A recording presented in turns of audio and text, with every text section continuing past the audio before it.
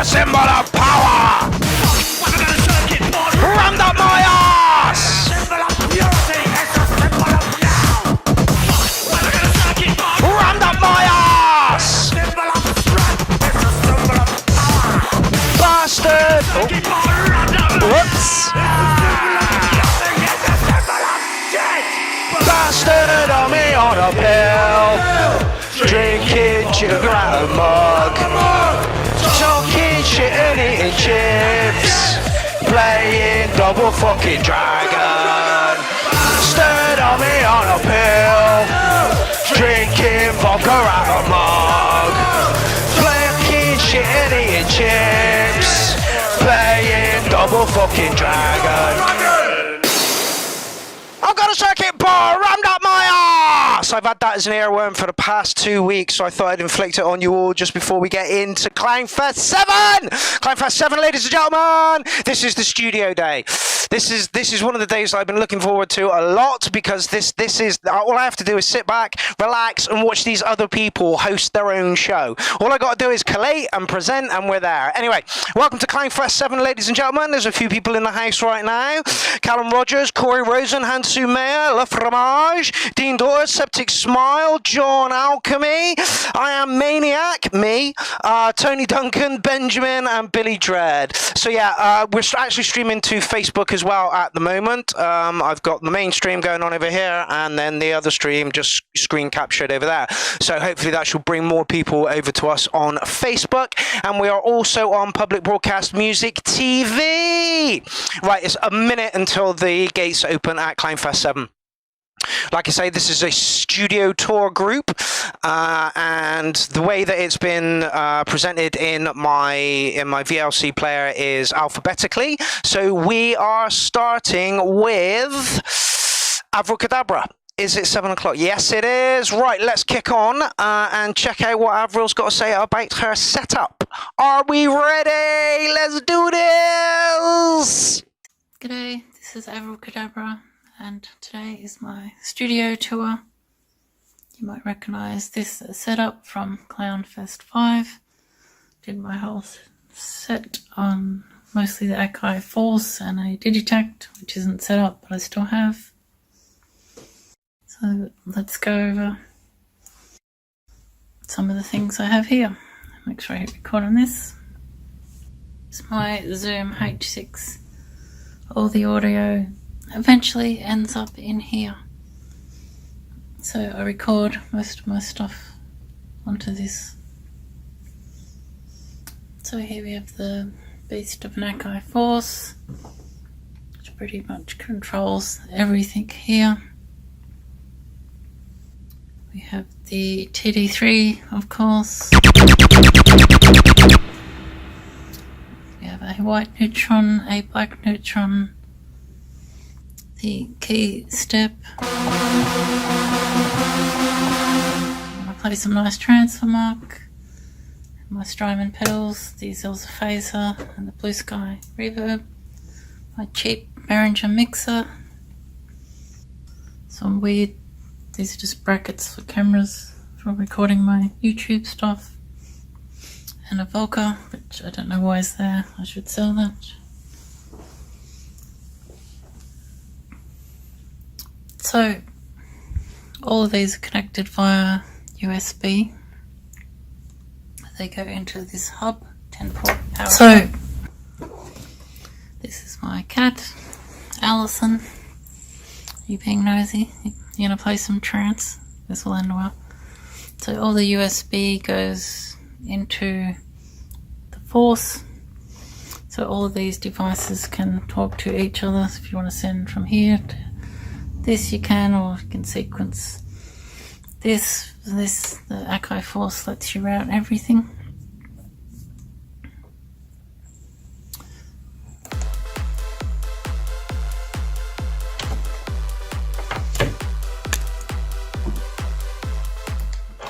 Gonna play some trance. I am absolutely loving the cat. That was pretty terrible. She's distracting me, but I'm so leaving that in. Yeah, so all the USB goes into the Akai Force, which you can route anything to anything. All the audio for each synth goes into this Behringer mixer. The outputs of the Behringer mixer, audio outs, go into the Akai Force, which can process the audio or sample it. So I can use effects on any of these through the Force, and then it comes out of the Force into the Zoom H6. I mostly record onto the H6, and then if I really feel like it, I'll run it through Isotope in Ableton. So that is my setup down here, but since last CLOWNFEST I started building a, I guess, chiptune desk, phaser, and set up blue sky reverb upstairs where it was a bit quieter. So we will go upstairs and check out that. I might take this key step with me. Okay, so now we're upstairs at my, I guess, chiptune desk. A fair bit going on here. The little ARP you can hear in the background is the Sega Mega Drive, just playing an ARP from the key step. This Sonic has a Nano Loop FM that's not plugged in at the moment, but it looks cool. That's a little FM synth. That's quite unique sounding, quite difficult to use, I guess, because this is the only interface you have. This is my NVIDIA Jetson Linux computer that I just built a Lego case for. seem to be losing my voice today, so this is my soothers, just in time for my studio tour. We have the Game Boy, of course. This is a Roland Sound Canvas SC88VL, which is a sound module used in a lot of game design. It was used in like Doom, Duke Nukem, Final Fantasy. It's 32 channel MIDI multi-timbral. That's pretty cool. I quite like that. I picked that up secondhand. This, well, not a music thing, is my Sony broadcast PVM CRT monitor from a TV station local around here. Because I do a lot of YouTube videos, I think it's important to have visually pleasing videos as well as nice music. So I'll be showing graphics and other things on the CAT in my set. Here we just have my SLR camera that I record the videos through, usually either those or the phone, depending. The camera doesn't pick up the CRT so well. My drawer, I have my Super Nintendo and 8-bit warps. MIDI cartridge for this hasn't arrived yet. Let me just stop that. MIDI cartridge for the Super Nintendo hasn't arrived yet, so that will have to wait for another day.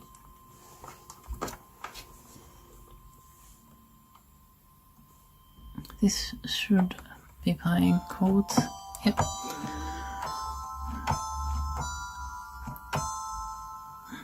Let me just change the patch to something else.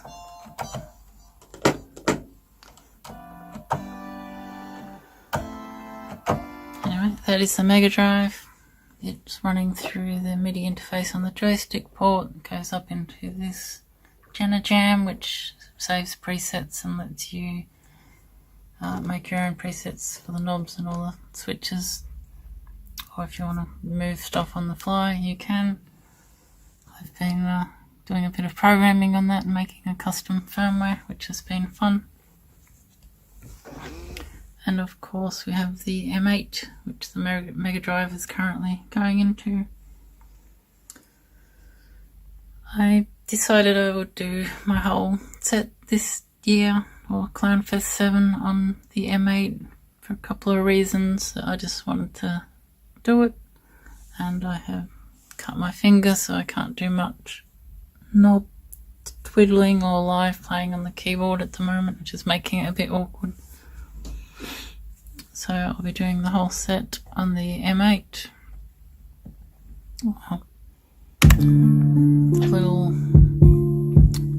sample of my guitar, the drum beat. Yeah, so the M8 is a 8-track tracker. It has FM synth, 4-operator macro synth, which is based on Mutable Instruments braids. It also has a wave synth, which is really good at chiptune.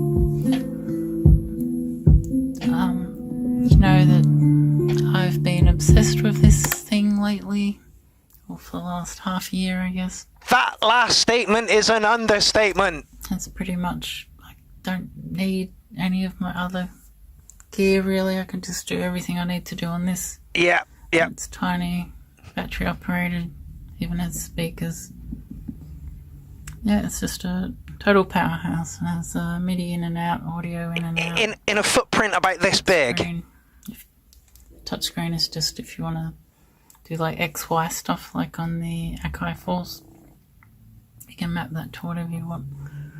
And the mechanical key switches. So yeah, I'm totally obsessed with the M8. And yeah, you'll get to see a lot of this in action on my set, which is on day 4. Anyone... Oh, that's the other thing. I finally got some monitors. I've got the JBL 305 Mark II. Still saving up for the 10-inch sub for those. but that has made mastering and mixing a lot easier. Got some acoustic treatment down here, which made a bit of difference up here, I should say. So yeah, that is my chiptune desk, which is in motion. Next time I show it, it'll probably look different again. Ideally, I'll have a smaller keyboard, the Super Nintendo here, and everything sort of more permanently wired up. Anyway, that is my studio tour, and I'll pass it on to the next clown. Yeah, thanks for joining me, and I hope you enjoy my set, which will be on day 4, okay? Okay, so like I said, all I have to do is literally sit here. These people introduce themselves. They're introducing the next person. Honestly, they're telling you when their day is. This is just awesome. All I have to do is sit and listen to what's being said. Right, welcome everybody who has just joined us, and everybody who's watching on Facebook. Guys, get over from Facebook and get onto YouTube. Inti, Avril Kadabra, thank you so much. As she said, you can catch her at day 4 with literally just the M8. All right, dog, fine. Just the M8, doing most of her set on the M8. I'm looking forward to it very, very much. Inti, thank you so much for opening up our studio tour day. That was Avril Kadabra, ladies and gentlemen. I'm not even too sure who's up next. Who is up next? Oh, Trauma Mammal. Come on, let's look out.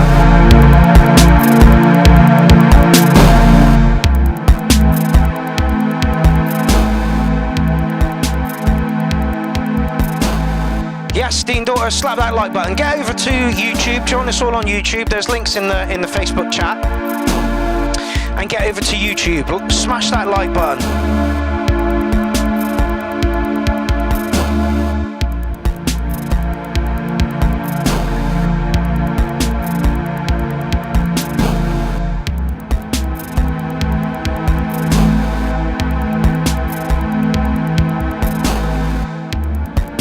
Ray Malone says CV19 hitting him hard. Yeah, I know a lot of people who've got it at the moment. Okay, so it looks like Kate Vanderhayden's just joined us, Eric M. Keys, Andy Greggs, Darren Cole, and a few other people. Like I say, share this stream like it is a cheap STD because I am on a ban. Anyway, let Trauma Man will take it away. He's very fond of his long pauses between tracks. Yes, David Johnson, it has begun.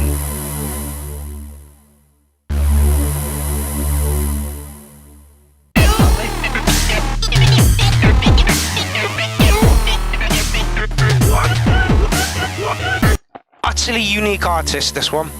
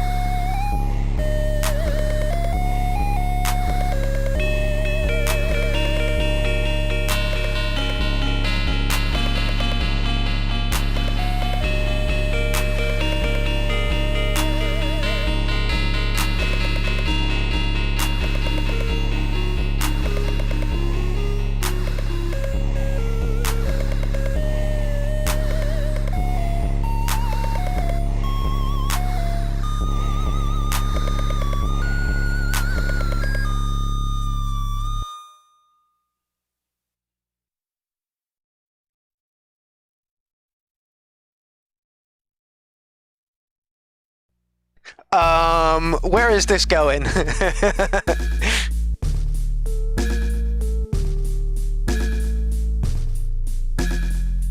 Are we getting a look at the porn collection in a minute as well?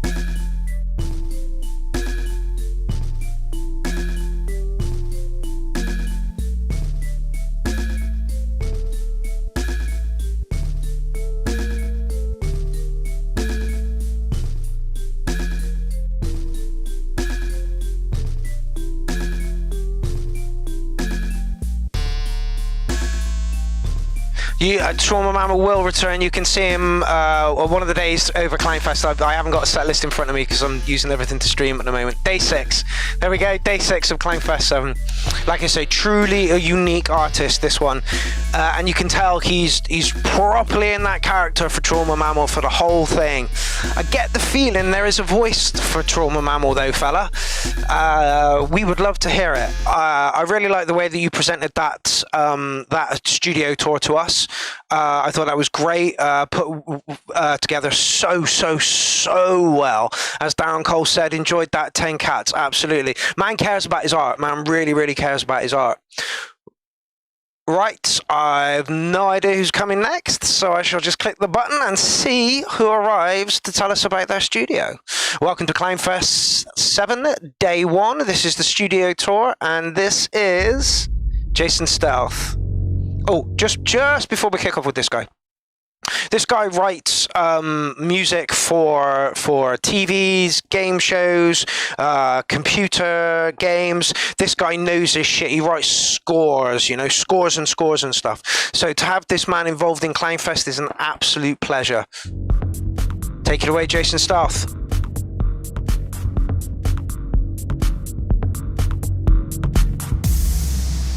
Hello, this is Jason Stealth.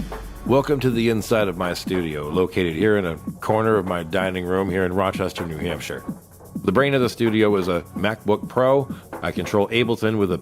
Just before we go any further, this dude is in America. This dude is in America. I'm sure Trauma Mammal is not America. He's somewhere. Oh, he might be America actually. Don't tell me that the clown crew are not worldwide. You know, this is proving it right here.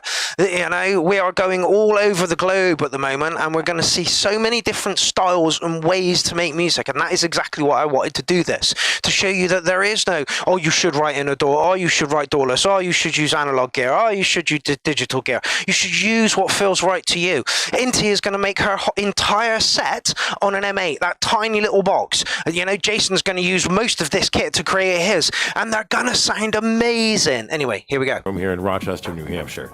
The brain of the studio is a MacBook Pro. I control Ableton with a Push 2 controller, and I have a Native Instruments Complete Control 61.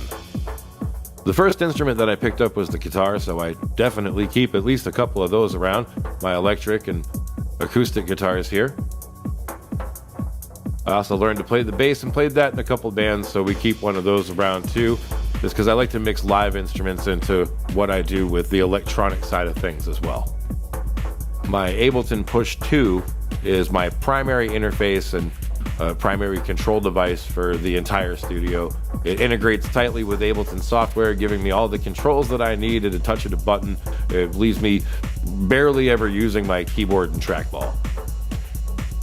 Whether I'm coming up with ideas in session mode or I'm fleshing out those ideas in arrangement mode into full compositions, the Push just makes everything easier and it keeps me in the game more. The screen that it has on it has some of the most detailed feedback that I've ever really seen in any piece of gear, and it makes any of the plugins that Ableton has and a lot of different third-party ones that automatically map to it feel like using hardware. For the things that don't automatically map to the Push, all of my Native Instrument stuff, I have a Complete Control 61-key keyboard. The FATAR keybed has 2 OLED screens that basically allow me to quickly access anything that I have from my Native Instruments products. Sometimes even searching across various products, being able to pull up really whatever I need, basses, pads, any of that. It allows me to just kind of have anything that I would want at my fingertips, which is, it keeps me in the game more, and it keeps my hands off the keyboard and mouse, and it keeps me going so I don't have to stop that flow state. My iPad has a dual use, sometimes running an app called Touchable that controls Ableton, and sometimes being a preview screen for scoring films.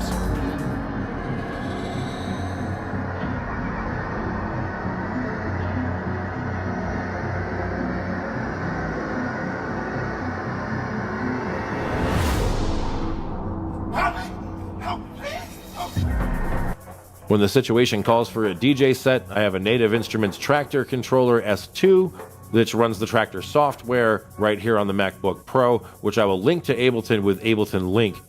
I know 4 displays can seem a little extreme, but in the world of film scoring, sometimes the track counts can get very high, and I guarantee you that none of this real estate ever really goes wasted in practice.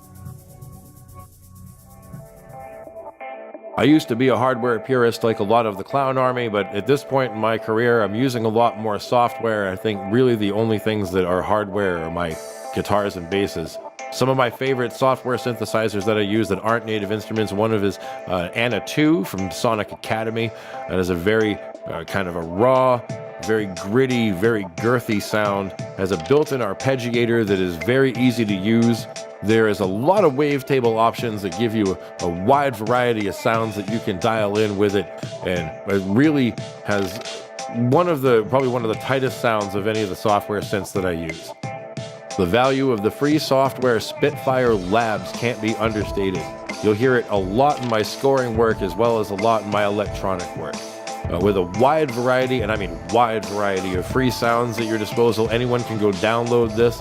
They sound absolutely great.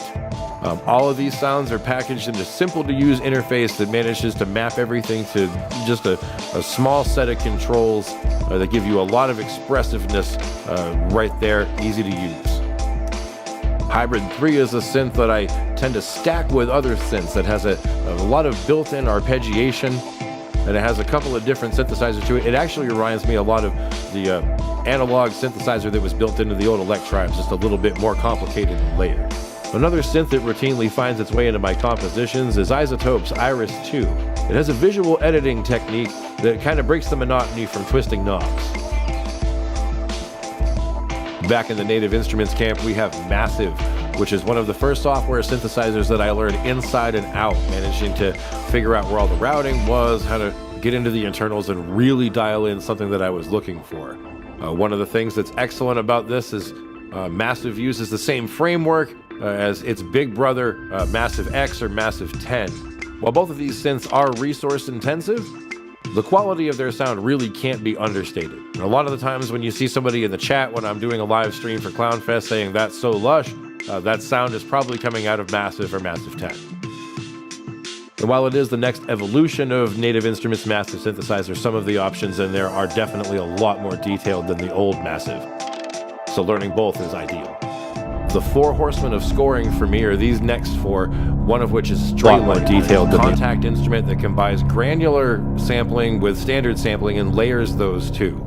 It has a lot of under the hood customizability, and you can load in your own samples for the grain or the sample layer. It has a sister instrument, as seen here, called Firelight, which is the same concept, but the samples get into the internals and really dial in. It allows you to create everything from absolute beauty to completely unsettling sounds. It's easily one of the most effective tools at generating emotion, either dark or light. This is Thrill. This is what's called a cinematic tension generator by the company that made it. Essentially what this does is it creates scary. And I use this all the time with my horror scoring. In fact, there's been scenes that I've scored with just multiple instances of this instrument. Again, you see it's highly customizable under the hood, allowing you to create your own thrills. And, as with Stray Light, it has a sister instrument called Mysteria, again, based around the human voice, allowing you to create angels, demons, anything in between, and really create any sort of cinematic texture that you're looking to create. And again, we have some under the hood options that allow for routing and different layering to create really any sort of texture that you're looking for. Once you understand the concept of how those instruments work, you can dive into the other contact instruments like this, which uses modular sampling. And while these don't have the granular aspect of Stray Light and Firelight, they do allow you to put two different layers down from a series of different samples. And these are really some of my go-tos here is what with Contact. Cloud Supply is a very similar instrument to that, and this one's made for more trap and hip-hop sounds that I use for kind of trip-hop projects, things like that. And again, film scoring. Under the hood, they have a lot of routing, FX, even internal sequencers. They can map things to macros that will then in turn map immediately to my Complete Control 61. There's an analog synth version that has a lot of classic analog synth sounds, again, to be layered and combined in a myriad of different ways, and then have those routed out to different effects, macros. Then there's Ethereal Earth, which actually you'll hear in my CLOWNFEST set, very heavily used for the pads. Hybrid Keys uses pianos, organs, and all sorts of other crazy samples in between. And again, all of these are built on the same Contact framework. So once you know the inner workings and routing and macros of one of these, all you have to do is apply that knowledge to all of the different instruments in the line. Lo-Fi Glow here is, again, it's, as the name implies, a lo-fi instrument that's really good for all sorts of lo-fi beats, trap, hip-hop. When I get into my orchestral scoring, Native Instruments has me covered with all of the brass, woodwinds, and strings that I could ever need with the ensembles and the symphony essentials. Session Strings Pro finds its way into my competitions a lot because it allows you to switch between two different articulations based on velocity. It allows you to customize the string sections in any ways that you want. There are all sorts of different presets and voices for how you want that string section to be recorded or sounds. And then it has what's known as smart chords, which is excellent if you're kind of bumping your head up against writer's block. You can simply set the key that you're in, and you have all of your diatonic chords set there in essentially your C major. Anyone looking to get in the orchestral side of music will find BBC Symphony Orchestra invaluable, as it shows you the layout of an actual orchestra pit, where your strings are, where your brasses are, where your woodwinds are, and what register each of these instruments falls under. So it helps you better plan orchestral compositions, and it helps you know, or better to know, what you're going to be creating actual scores for should you have a live orchestra ever recording what you compose. BBC Symphony Orchestra is generally either $45 or free if you do a little survey for Spitfire Audio.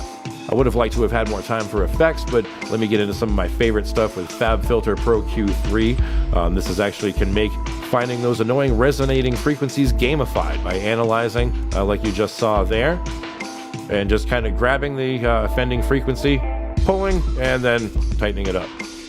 FabFilter's Pro R is my go-to reverb. It sounds very natural, and it has a built-in EQ, where you don't have to put another EQ in the chain, and allowing you to do filtering like the Abbey Road reverb trick and such.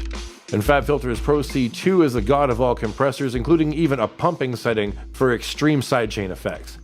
Thank you everyone for watching, and I hope you all enjoy my set coming up in a few days. Oh yeah, Jason, that was fucking banging, my man. It sounded like you did that in one take as well. You just started talking, and just went through the whole thing, man. Honestly, what you don't know about music, I imagine, you know, isn't worth knowing. Honestly, you know, orchestras.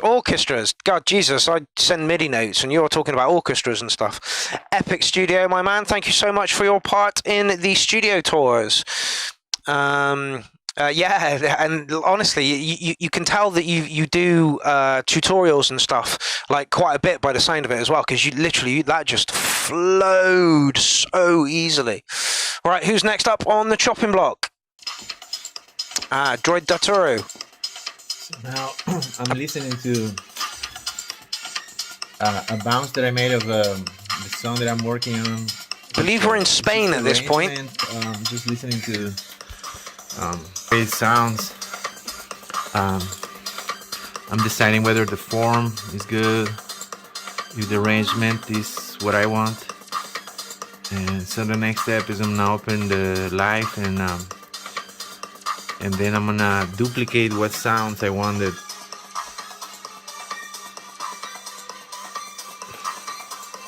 Oh, okay. Maybe I can fix that a bit. Anyway, I'm gonna see which sounds of this I want to be produced by those machines and synths. And then I just mess around with the sound live there, with the knobs and stuff, because again, this will be played in live. Some of that will go to the keyboards, you know. So some will be Ableton, but some will be playing live through the keyboard, so then I can mess around with it live. So that's what I'm gonna be doing today. This is the studio. That's my daughter. That's her drum. She's gonna help me film. That's her drum. And yep, that's me. This is his little computer over here. Each one of these has a different kind of sound. Yeah. That one sounds like much like distortion and some crazy sound. This is more like old school sound, which I really like. That can play really good.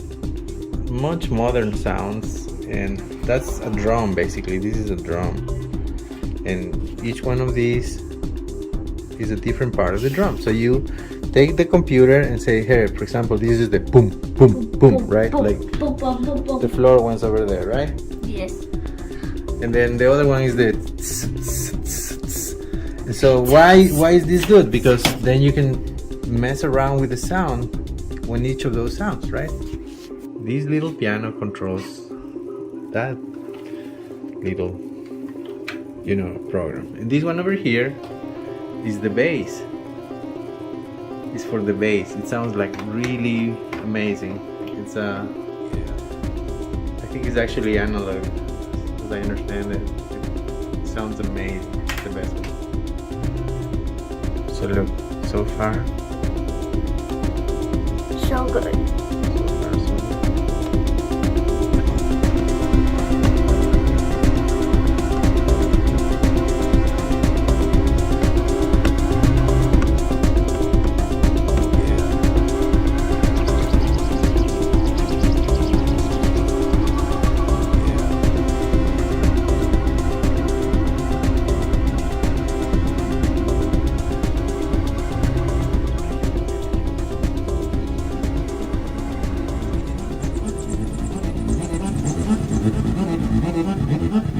Yeah, Seb, that camera angle did flatter the SEO2 a lot. Looks a lot bigger than it actually is.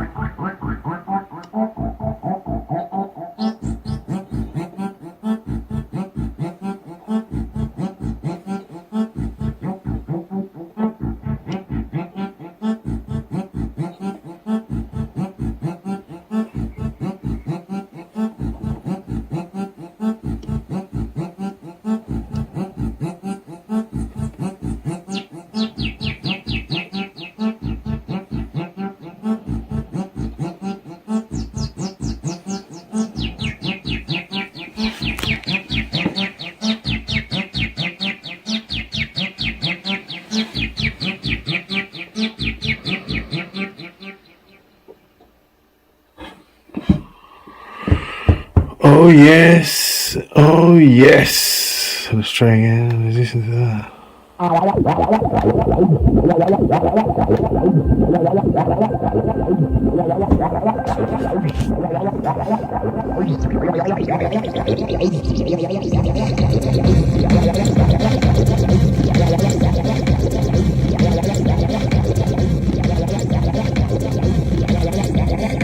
Oh yes.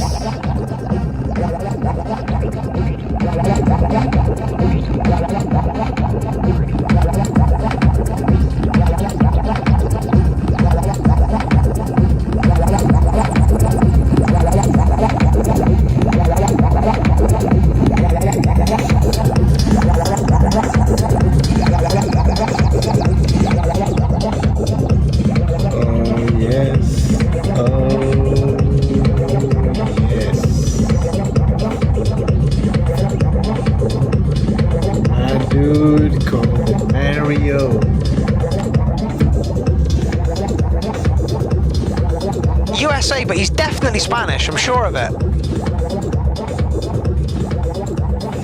Yeah, late hours.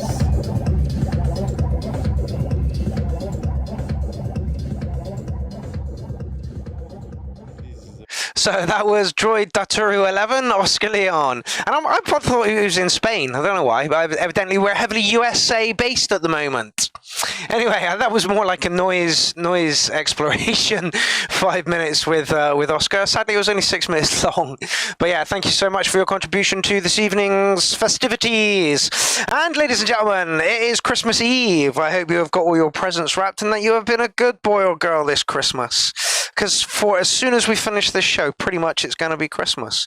So wake your parents up and go and open all your presents. All right, who's next? I'd like to start tonight by thanking the lovely acid clown Mark Gardner for giving me this opportunity to torture yo cunts with my studio tour. Working with video is new for me, so it's been a fucking learning experience, man. With that said, let's sit back, relax, and do this thing, y'all. So my beginnings in electronic music production was a laptop running Sony Acid through headphones. I was completely amazed by the fact that someone with no musical training like me, with enough patience to learn some software, could make some fucking well-polished music, man. Now, it didn't take me very long, though, for that mouse and keyboard kind of workflow to start feeling mechanical and, unnatural. This sent me down a rabbit hole that led me to discover the wonderful Ableton Live. Now, combine that with the musical control that the various MIDI controllers brought to the table, and I was certain I was a one-man band, baby. Now, this style of music production had inspired me more than anything before, ever. My workflow felt more smooth and natural, and I was probably twice as productive as I was when I was using a mouse and a keyboard. But I always found myself nerding out on the history of synths and electronic instruments. Honestly, anything to do with audio tech had the power to send me down a very nerdy rabbit hole. But you know I love that shit. And it was this obsession with audio and electronics that gave me a wee touch of the gas. In came the drum machine and the synths, which is how I got to my current setup. So before we go to my studio, I'd like to show you guys where most of my inspiration starts nowadays. It starts right here in this place. Chilling on the pool deck with my boys, listening to loud music, or even just listening to the nature, man. It all leads to an overwhelming desire for me to jump up in my mad science lab and create some sound.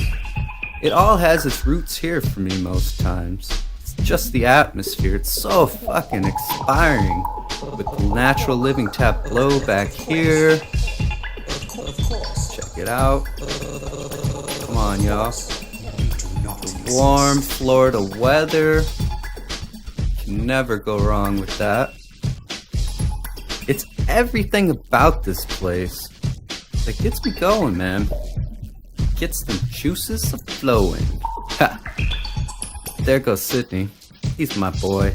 He's my homie. Like I said, all starts here. Next thing you know, boom, I'm in the studio, making some noise. Let's go.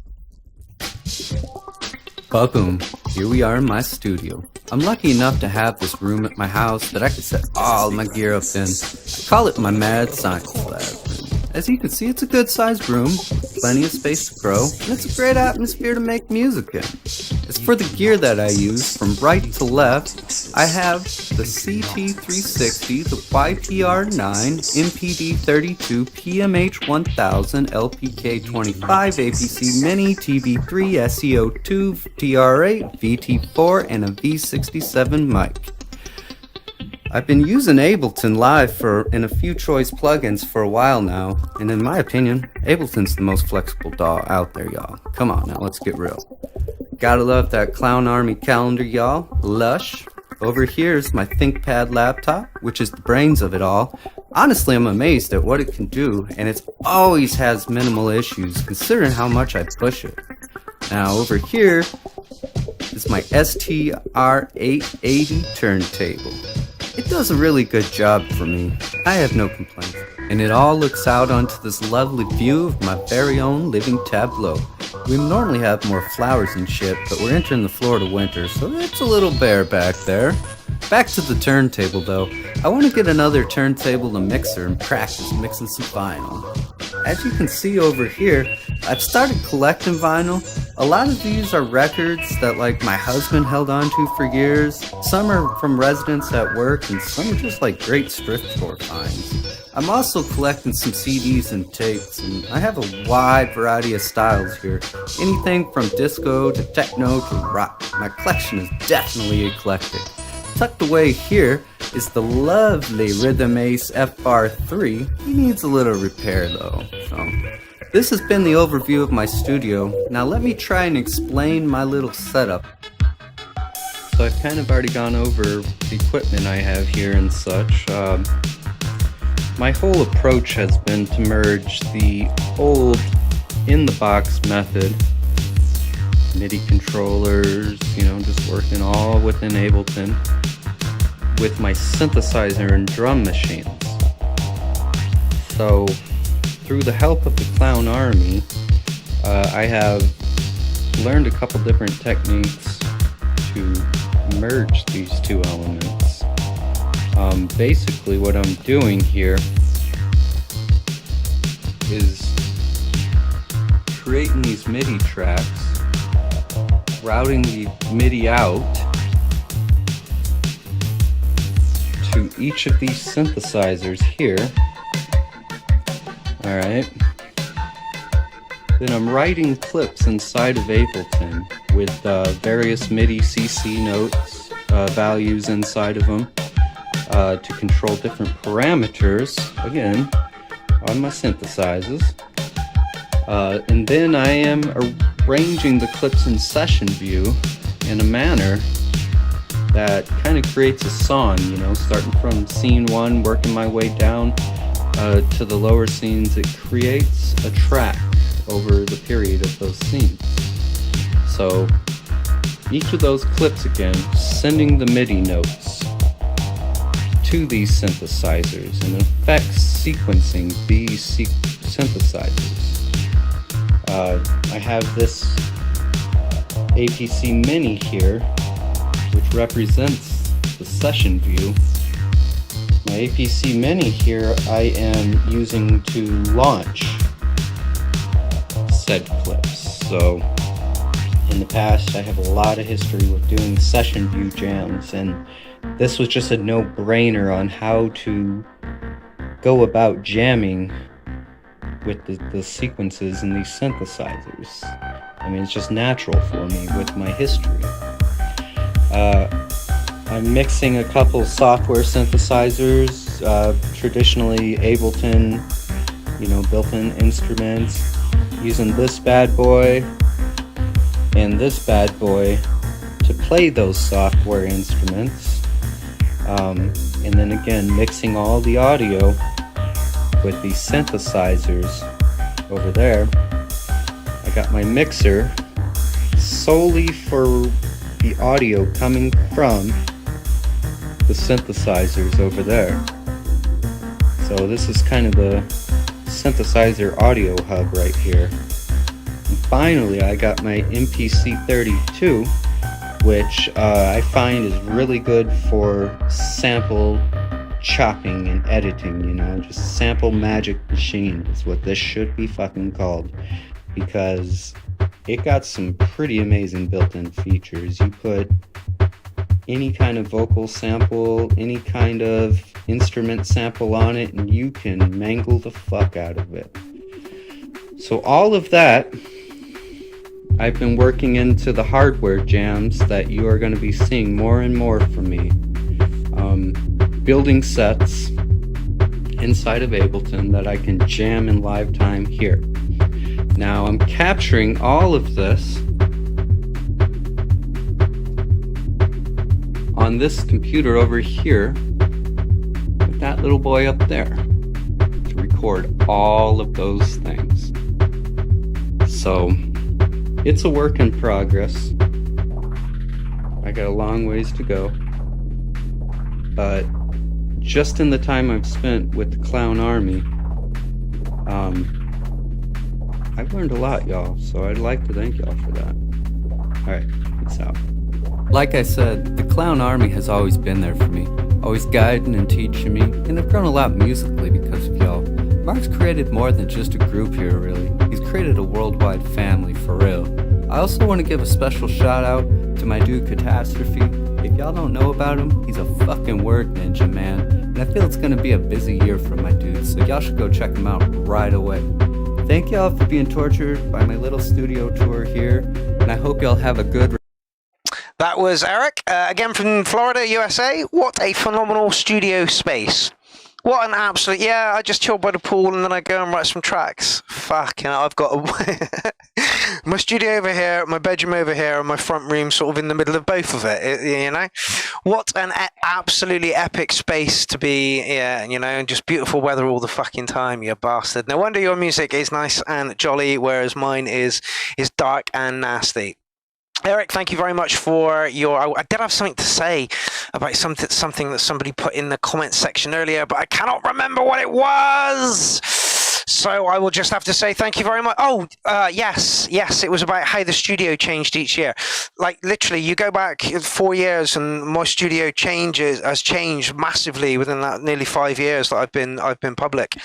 And it changed massively before that. And it is literally on a yearly basis, because within that year, you can afford to buy maybe three pieces of kit to upgrade your studio. And if you don't get on with those 2-3 pieces of kit, then you then flip them. So you could end up with like 6 to 9 different synthesizers a year, you know, just from flipping ones that you don't get on with and then trying new ones, you know. That's literally how I did it. And a great way to... I see it like renting synths. I know somebody who's got some synths for sale at the moment, and they're like, "Oh, I'm not going to get the full price that I paid for them." And it's like, well, no, you might get like, I don't know, £200-300 cheaper, less than you paid for them, but you've had them for like nearly 6-7 years. See it as just renting that synth for six or 7 years, you know, and then passing it on to somebody. Don't worry too much about making a loss on instruments. It does happen. Just see it as renting them, you know. Yeah. Anyway, who's up next on our studio tour? CLOWNFEST 7! Merry Christmas, bitches. Oh, right. I just want you to appreciate what this file is called. Oh, not going to come up again. IMG 40 something. Like somebody said, it looked like something that you downloaded from LimeWire that would give you a fucking virus. This is Oliver Gould, and this is the Runtings Studio Rundown. So I will leave it to this man who was literally put in a portrait instead of a landscape. Like, the man does streaming for a living, and he's done it portrait, not landscape. I despair. I honestly despair. Anyway, here we go. Hello? Hello? Who's that? DJ Deepline. Oh, welcome to the Runting Studio walkthrough. Yeah, here it is. The Runting's office. As you can see, some beautiful graffiti. This is where we sit and do all things run and tings. Doing all the business, myself, Laurie and Parker, getting the lineups together, live streaming stuff via the interweb. And can't put a portrait, a landscape version of his video I'm in. going to take you on a little bit of a tour today of the Runting Studio for CLOWNFEST 7 or 8. I don't know which one it is, but this is the studio walkthrough day. I'm first up, so I'm going to try and be as entertaining as possible on this cold, cold Christmas, early eve-ish night and day at the studio. I'm going to take you through some of the features of this. This is the table. He waffles a lot, Where right? all the business is done. Laptops are put on there. DJs, to name but a few. Nicky Black Market, Decline. Who are some of the other big ones that we've had in here, Laurie? Absolutely everyone, mate. Absolutely A to Z. everyone. A to Z and the drum and bass DJing community have sat on these sofas, talking business.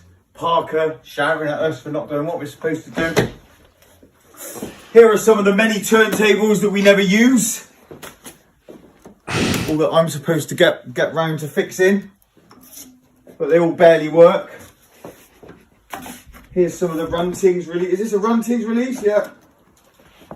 Here's one of the many This is the most recent one. Is it still available, Laurie? I think it's sold out. Sold out. You can't get this. I haven't even got a copy of it. Here's another one. How old's this one? I think that's Jungle Clone, actually. That That was the very... yeah, that was the first Jungle Clone release. Very That was before Runting. Was it? Yeah, it predates me. What, before the label? Oh yeah. That's when he did Anti-Clone and all that. Yeah. So there's some history. For those who didn't know, Runtings was a vinyl distribution and label before. Here's another turntable. I think that one actually works. I think I did actually fix that one. But yeah. What else? There we go. So we're going to take you through to the live stream studio now. Oh, what did you just show them then? 670 Media. Oh, 670 Media. One of the other companies that don't do anything. This here is a camera. Should we turn it on quickly? There we go. Oh! You just turned it off, mate. Oh, I didn't. Oh, I yeah. turned it on. It's been a git. Well, that's brilliant. Oh no. Classic. This is this man's studio streaming. This man does the streaming. How? How does he do it? That one. I've got to. I was going to lead fucking seamlessly onto the turntables. Well, you still can. I can't. You fucked it. There's no seamless lead. Working? No. Oh, there we go. Wait, There you go. Oh. is it on? I can see your mug. Yeah, oh, here we go. So this is one of the cameras that films the DJs that do the DJing on the live stream. Double camera work here. Interesting. I can zoom in on me, can't I? There we go. Come on, Ray. These are the turntables that nearly every single big drum and bass DJ's been on. Which ones? Nicky Black Market. What other ones? You keep asking me this, mate, but you've got... I don't know any of their names. I do, but I can't pluck them out my ass. Just pluck them out your ass. Just try one. Oh, you put me on the spot. Ray Keith. Yeah. What other ones? Ted Carrot. Ted Carrot. Tim West Country. I've been on these. Laurie's been on these. So this is 4 CDJ 2000 Nexus. They're a bit old now, but they work. DJM 900 Nexus 2. Beautiful setup. 4-deck mixing. Quadruple dropping. Drum and bass on a nearly hourly basis in this studio. This is our rig. We're sponsored by Void here. What are these? Void Airstreams. Void Airstreams. Beautiful bit of kit. This here is a sub. That does all the bass. Single 18. It's a single 18 sub. Stasis single 18 sub. Yeah. These are our lights. Red. We've got more lights up there.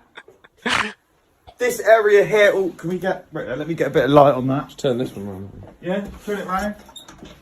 This is the podcasting area. You'd have seen many of the larger names in drum and bass sat on this seat. Don't ask What me name? today. What other names have we had on it? Well, we've had all the Bristol lot. Nicky Black Market. Yeah, all the Born Road lot. It's hard for me to just pull it out of my arse, mate, but we've had a lot. Finger some of the podcast. We've had Skibbity in here. We're crossing. That's a good video, yeah. Great. Yeah. AC13's been in here. AC13, Yeah.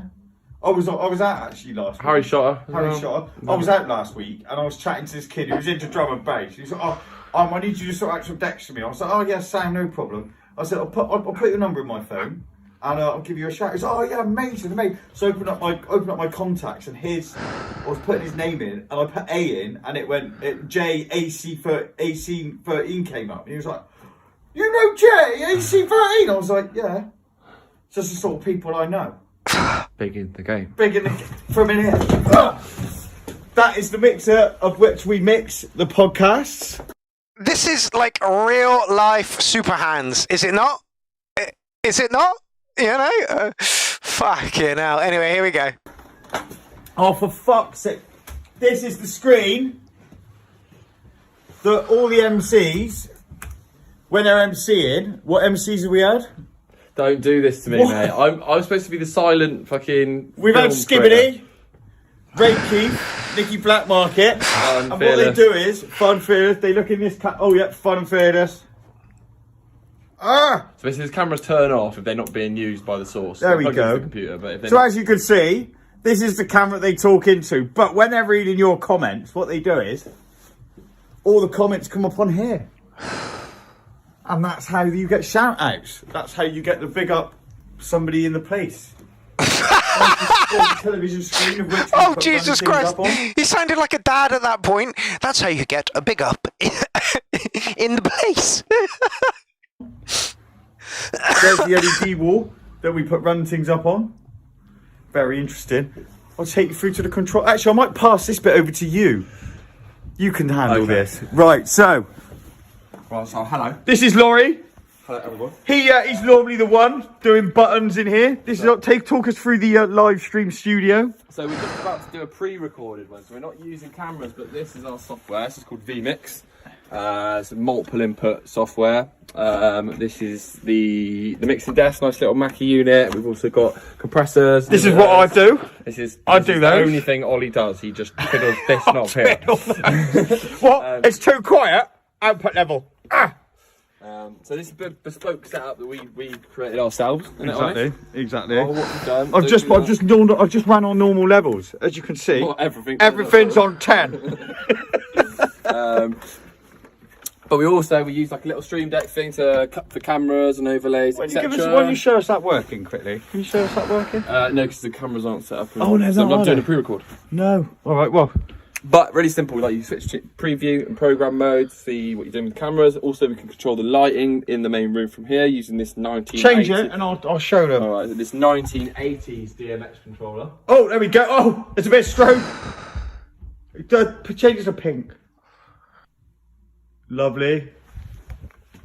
Yeah, so that is that in a nutshell. But this also doubles as a control room for the vocal booth, recording booth in there through the perspex. I don't know if you can see in this light. We'll go in there in a minute. Dark in here. We've got a nice Yamaha desk here and some beautiful Universal Audio preamps as well, alongside the Adam A7X monitors.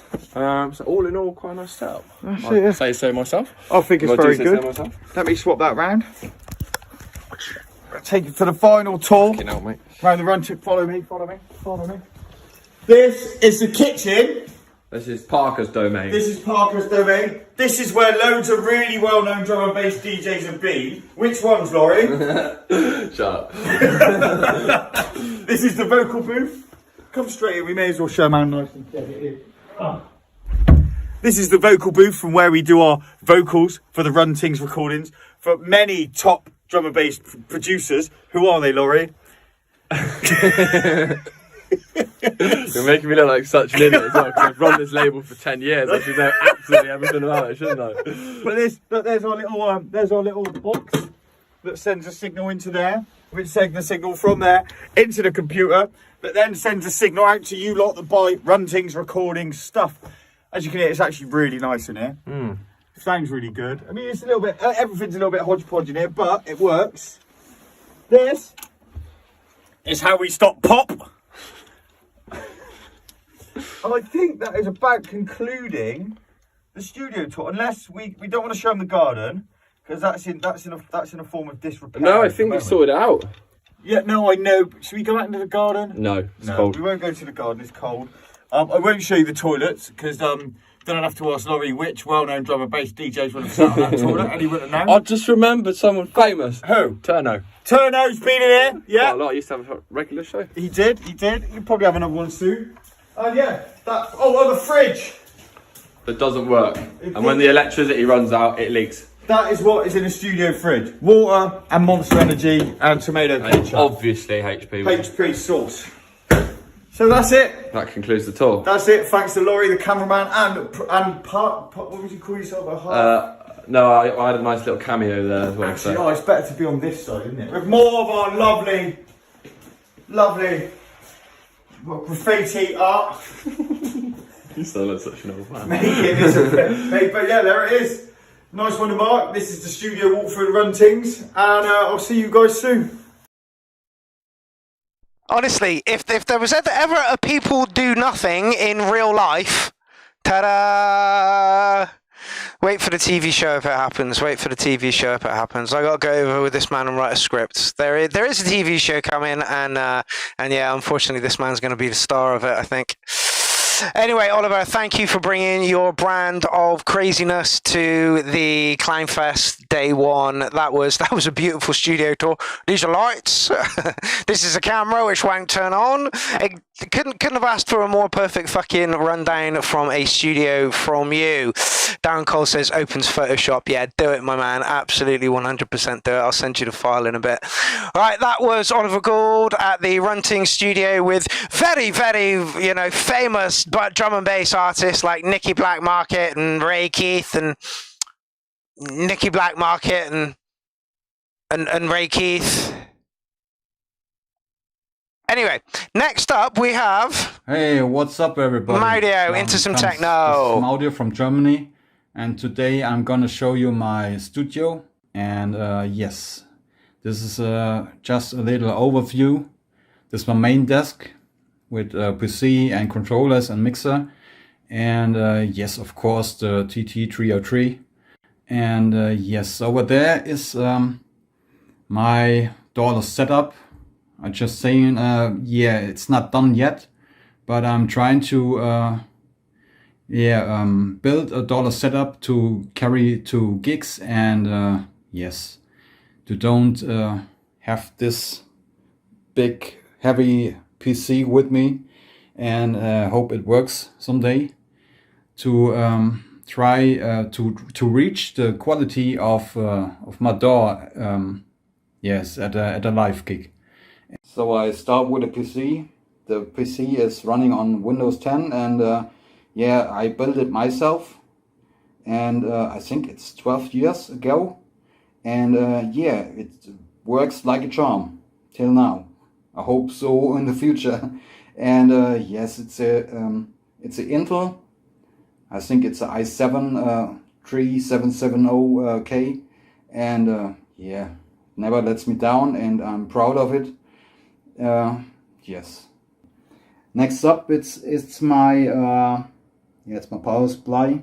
It's built in an IKEA night shelf, and yes, I ordered some brackets from Thomann, and they fit perfectly for 19-inch. Beneath it there's the Logitech. Yeah, it's a sub. It was a complete system, but I only use the sub because I have monitor speakers, and it builds up the good deep end, to to hear the results. Korg Nano Control, I love it, and yes, you can program it like you want. You can do automations, and I love the drum pads. Next up is the AK LPD8, and thanks to Dan Barkey again, who sends me this unit. And yeah, you have more trumpets and more knobs. I love it. Next up is the monitors. These are JBL monitors, 305, and yeah, I love them. So I have had listened to Yamaha's KRKs, and no, Yamaha's sounds like too harsh in the highs, and KRKs sounds too muffled I know I don't know the word right now because yeah, I don't know. Sounds shit. My mixer is my heart. You that's the Zoom L12, you know, and yes, it's a digital mixer. You can record your inputs, what you put in, to an SD card, and you can transfer it to the PC directly. So it's act like audio interface and a SD recorder all in once. Yeah, another guy. It's my microphone. So yeah, you just can record your vocals or whatever, and you can use it as a as a field recorder because it's battery powered. It can be battery powered, and also you can. It has an input. Yeah, it has an input. You can put a mixer in or synth in or whatever. Yeah, it never lets me down. Also from the company Zoom, it's the H1. Next up are the Volcas. No comment on this, but maybe sometimes I use them for some special noises or whatever. So next up are my distortion pedal. It's from MXR, and yeah, it's a distortion plus for synths or for guitars or whatever. So Hall of Fame. It makes some reverb. It's a kind of special taste how it sounds. Yeah, I don't like it much, but yeah, it's in my chain. So yes, so it's all good. My other monitor speaker, Arnold. Okay, so here we go. This is the power supply for the pedals.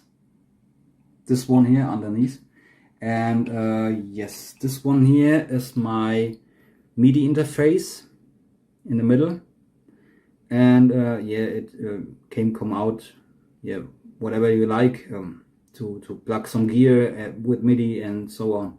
This is my Kensington True. Yeah, what it says, what it does, yeah, it trues the MIDI data, you know. And this is my TG303 bass board. I never had so much fun with it, and the sound, the authenticity is so much great with this thing, and I never want to make music without it. That TT has been in my studio. There is a track on my YouTube from me and Mau. Yeah, that one. The big advantage from this little guy, you can live do things.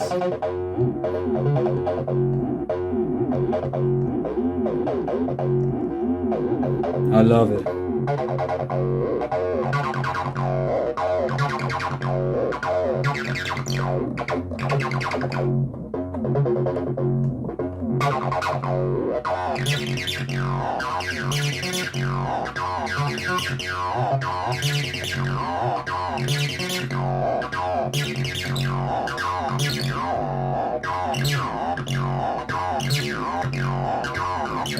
Yes, Oscar, you were about half an hour ago. It's such a nice thing.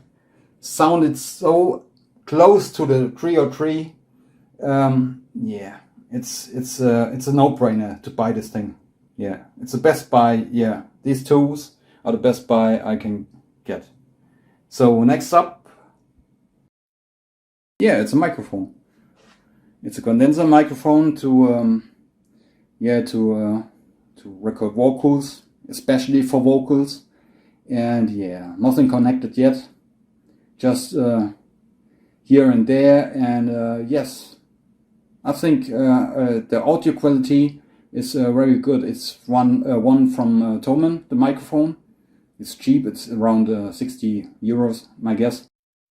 But the quality is perfect.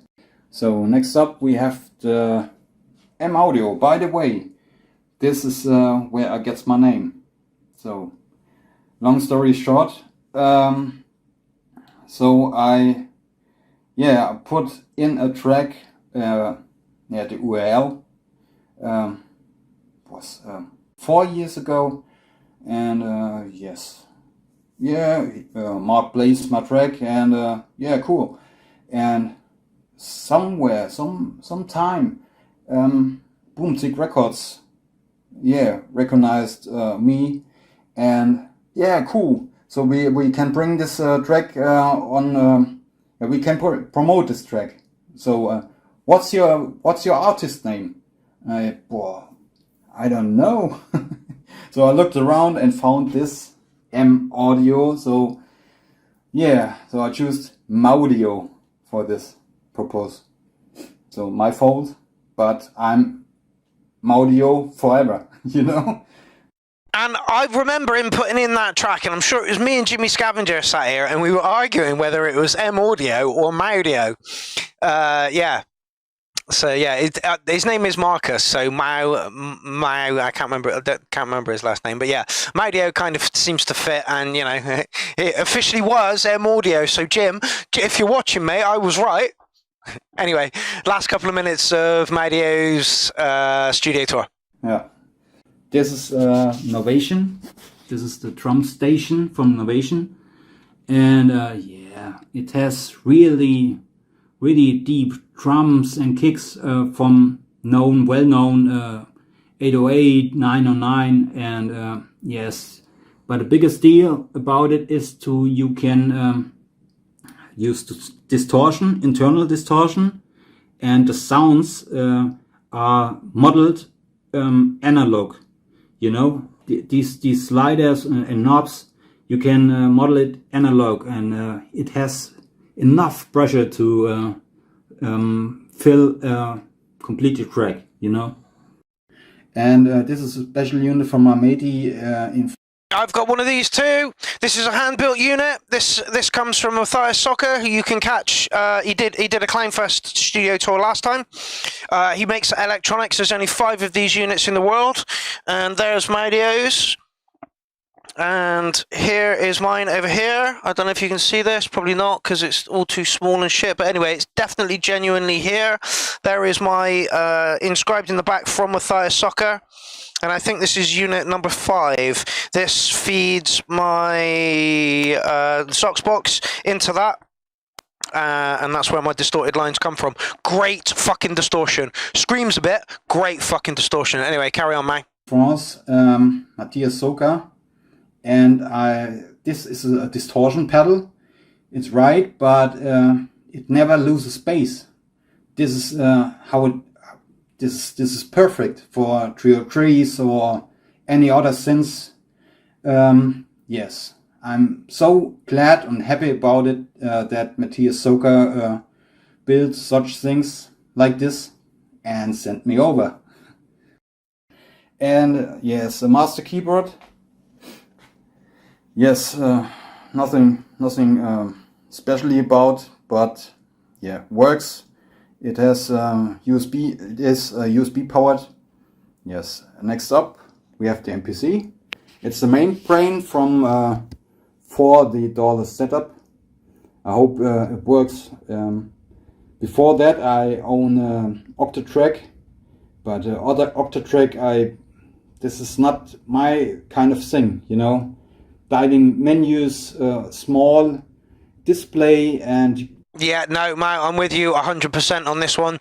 I've had some analog gear, and somebody piped up in one of my Let's Talks the other week and said, you know, you should get some Electron gear. It's like, I've had it. I don't like the way that it flows and stuff. The MPC-1 is that? Yeah, the MPC-1 is a great piece of kit. I believe Stevie Overend's got one, and I had a little play on it, and it is it's lovely. You don't know where to go and back and forth. And finally I sold the Octatrack and bought me the MPC.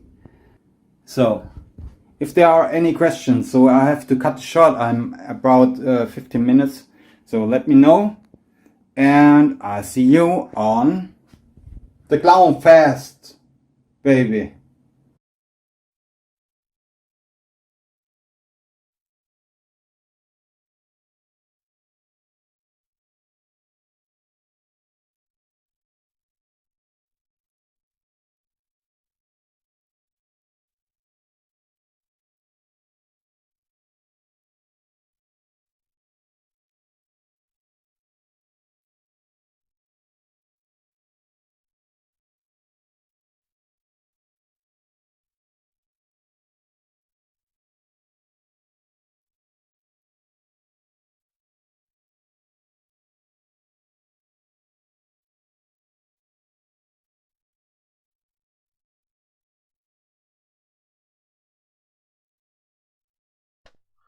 Okay, well, there's the first one for the night. I was muted the entire way through that. We'll just move on to the next one.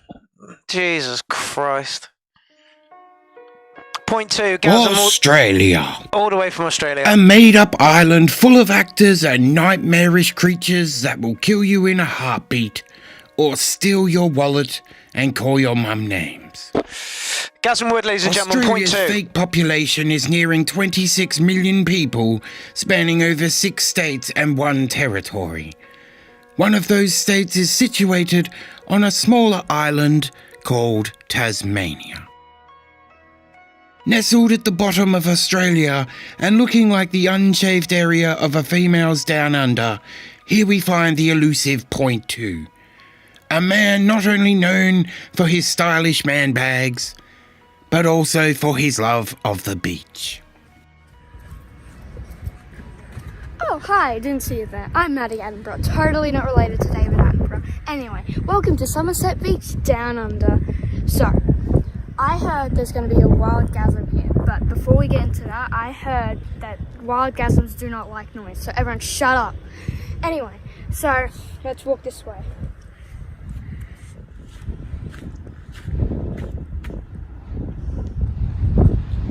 Oh fuck, I didn't see you there. How are ya? Welcome to Drum and Beach Studio.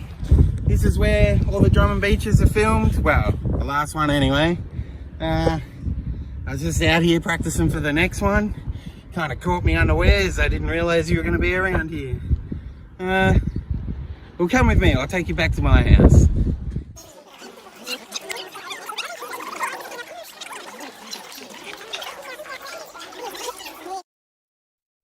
Okay, so what I was going to do is I'll just show you around. I'll talk a little bit about some stuff, and most of you probably know what most of this stuff is, so I'll just get to some of the ones that are a little bit different.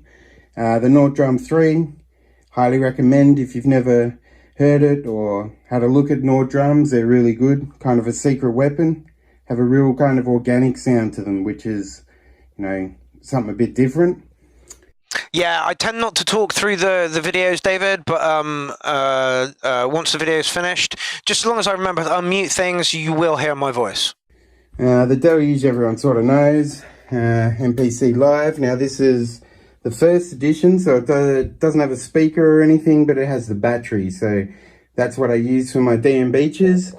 I kind of take this out to the lounge with me a lot of the time and bash the pads and sort of hope for the best. Got the Squid.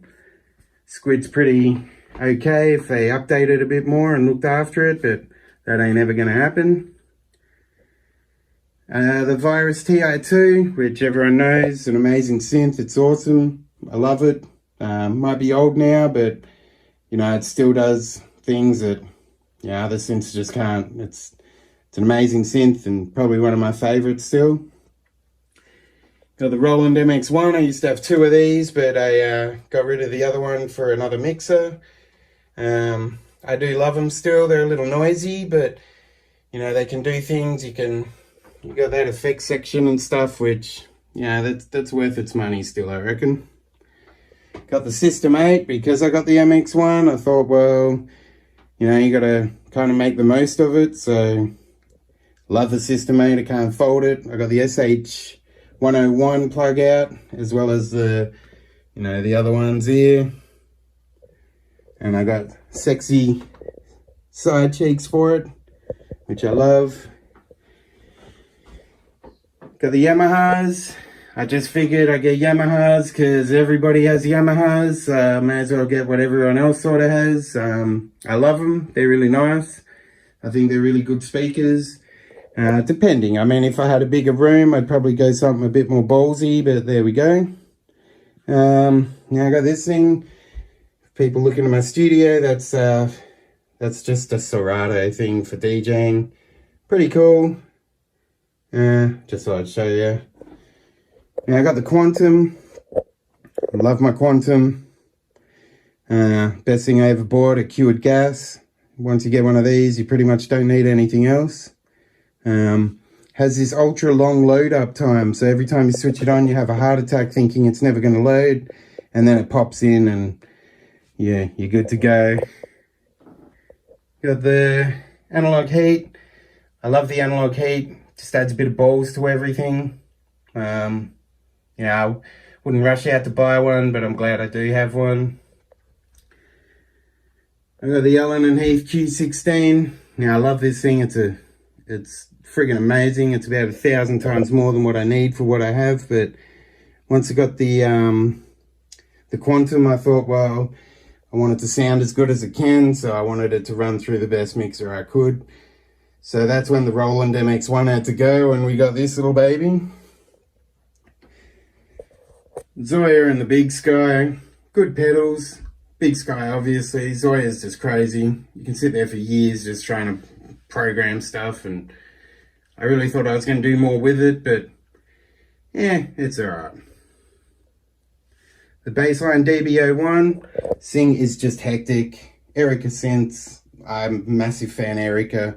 They have a lot of balls to their sound. I got this because I had the Fusion VCO in Eurorack when I had Eurorack. And this sort of replaces it. I love it. Because I love bass, we also have a Minotaur. I got some sexy side cheeks for it. And I got the overlay to make it sort of look like a Siren, but also it just helps because I don't use any editors or anything like that. Analog 4, yeah, the usual deal. Hydra, we all know and love. Love my Hydra. Minilog XT, love my Minilog XT. The third-party oscillators kind of, you know, they're always expanding and always doing good things, so it's a mixed bag of tricks, that thing. For FM, I got my Digitone, and I just got my Peak because I love the sound of the Bass Station 2. So I thought, well, what's better than that? Besides 2 Bass Station 2s, we'll just get the Peak. And I wasn't disappointed. So I got a Rolly. Got excited when MPE started to look like it was coming out on Ableton. Barely use it. It kind of feels like a sex toy. It's a bit weird. It's kind of cool, but yeah, a little bit weird. Everything is kind of controlled by a little Maya 10 here, which I do love. It's like the brains of the studio. And my sound card here, connectivity 4+. Okay, so for a bit of fun, I thought what we would do is something I try and do whenever I go to any music store, and that is to try and see the best synth to make a fart noise from. So what I've done is I got my Akai MPC Live control and everything, and we'll give it a go, alright? So first up, we go on the Minotaur.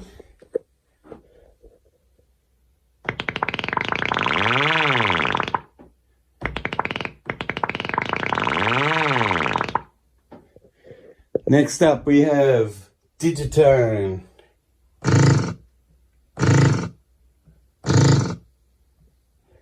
Next up, Virus.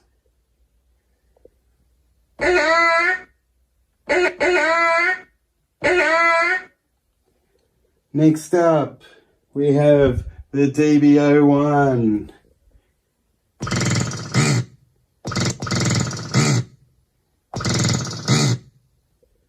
Next up, we have the Minilog.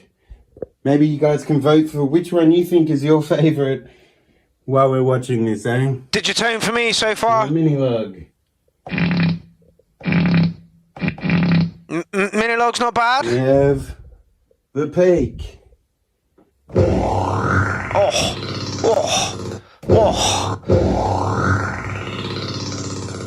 I love my bass station. System 8. Oh, it's wet.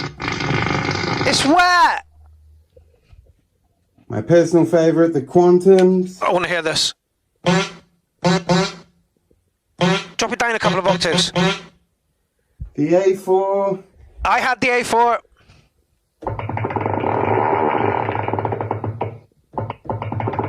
Oh. And last but not least, we're going to have the Hydras. Go on then, the Hydra. Honestly, the Hydra's nuts! So there we go. Digitone for me. That was my studio tour. Just want to say thanks for having me. And no problem. If anyone has any questions about anything. Hey Dad, oh, what is this smell? What? Also, why isn't the mixer plugged in? Oh, gotta go. Gaz, mate, you took the brief and you ran with it. Yeah, another awesome studio tour. Okay, so what I said last time was this is what I'm trying to do with the studio tours is try and show the diversity within making music. You know, we all buy from the same kind of manufacturers, but we all approach it in you know very different ways. There are completely DAW users, there are completely hardware users, there are hybrid users, there are people who bang pots and pans together to make noises. You know, there are people. I asked the Beat Cleaver to do a studio tour, but it was a little late. We had somebody drop out, and I was kind of hoping he was gonna, because again, that's another way of making music. You know, Gaz, that was absolutely brilliant, mate. Every time you turn in something, you put little surprises in there. Absolutely awesome. And well done to little Gaz in there as well. That was beautiful, Gaz. Thank you so much for your contribution to CLOWNFEST 7 Day 1 the studio tours. Gaz and Wood, ladies and gentlemen, point 2, all the way from the fake island which doesn't exist. Oh, Australia, mate. Australia. Right, I've got no idea who's coming next. We shall see. Oh. Hey, what's happening, friends? It's Prism Prime. Some of you might already know me as Dean from Electronic Sounds. I'm a sound designer, an electronic musician, and a YouTuber. Welcome to my space. And an all-round awesome person. I've known Dean for a good couple of years now. Me and the Warm Minstrel have remixed, well not remixed, we collabed on a track. Dean does regular streams every Sunday.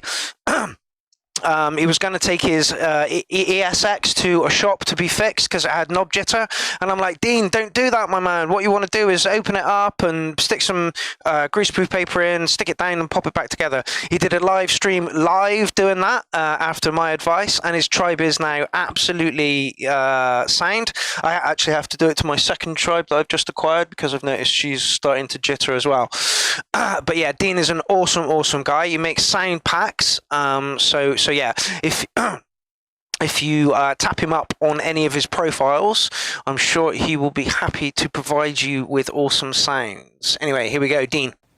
So my room basically consists of a few different stations in a small space. I'm going to start by just walking you through the individual stations, and then maybe we'll take a little bit more of a close detailed look at these. This is my first station here. This is kind of my PC and storage station.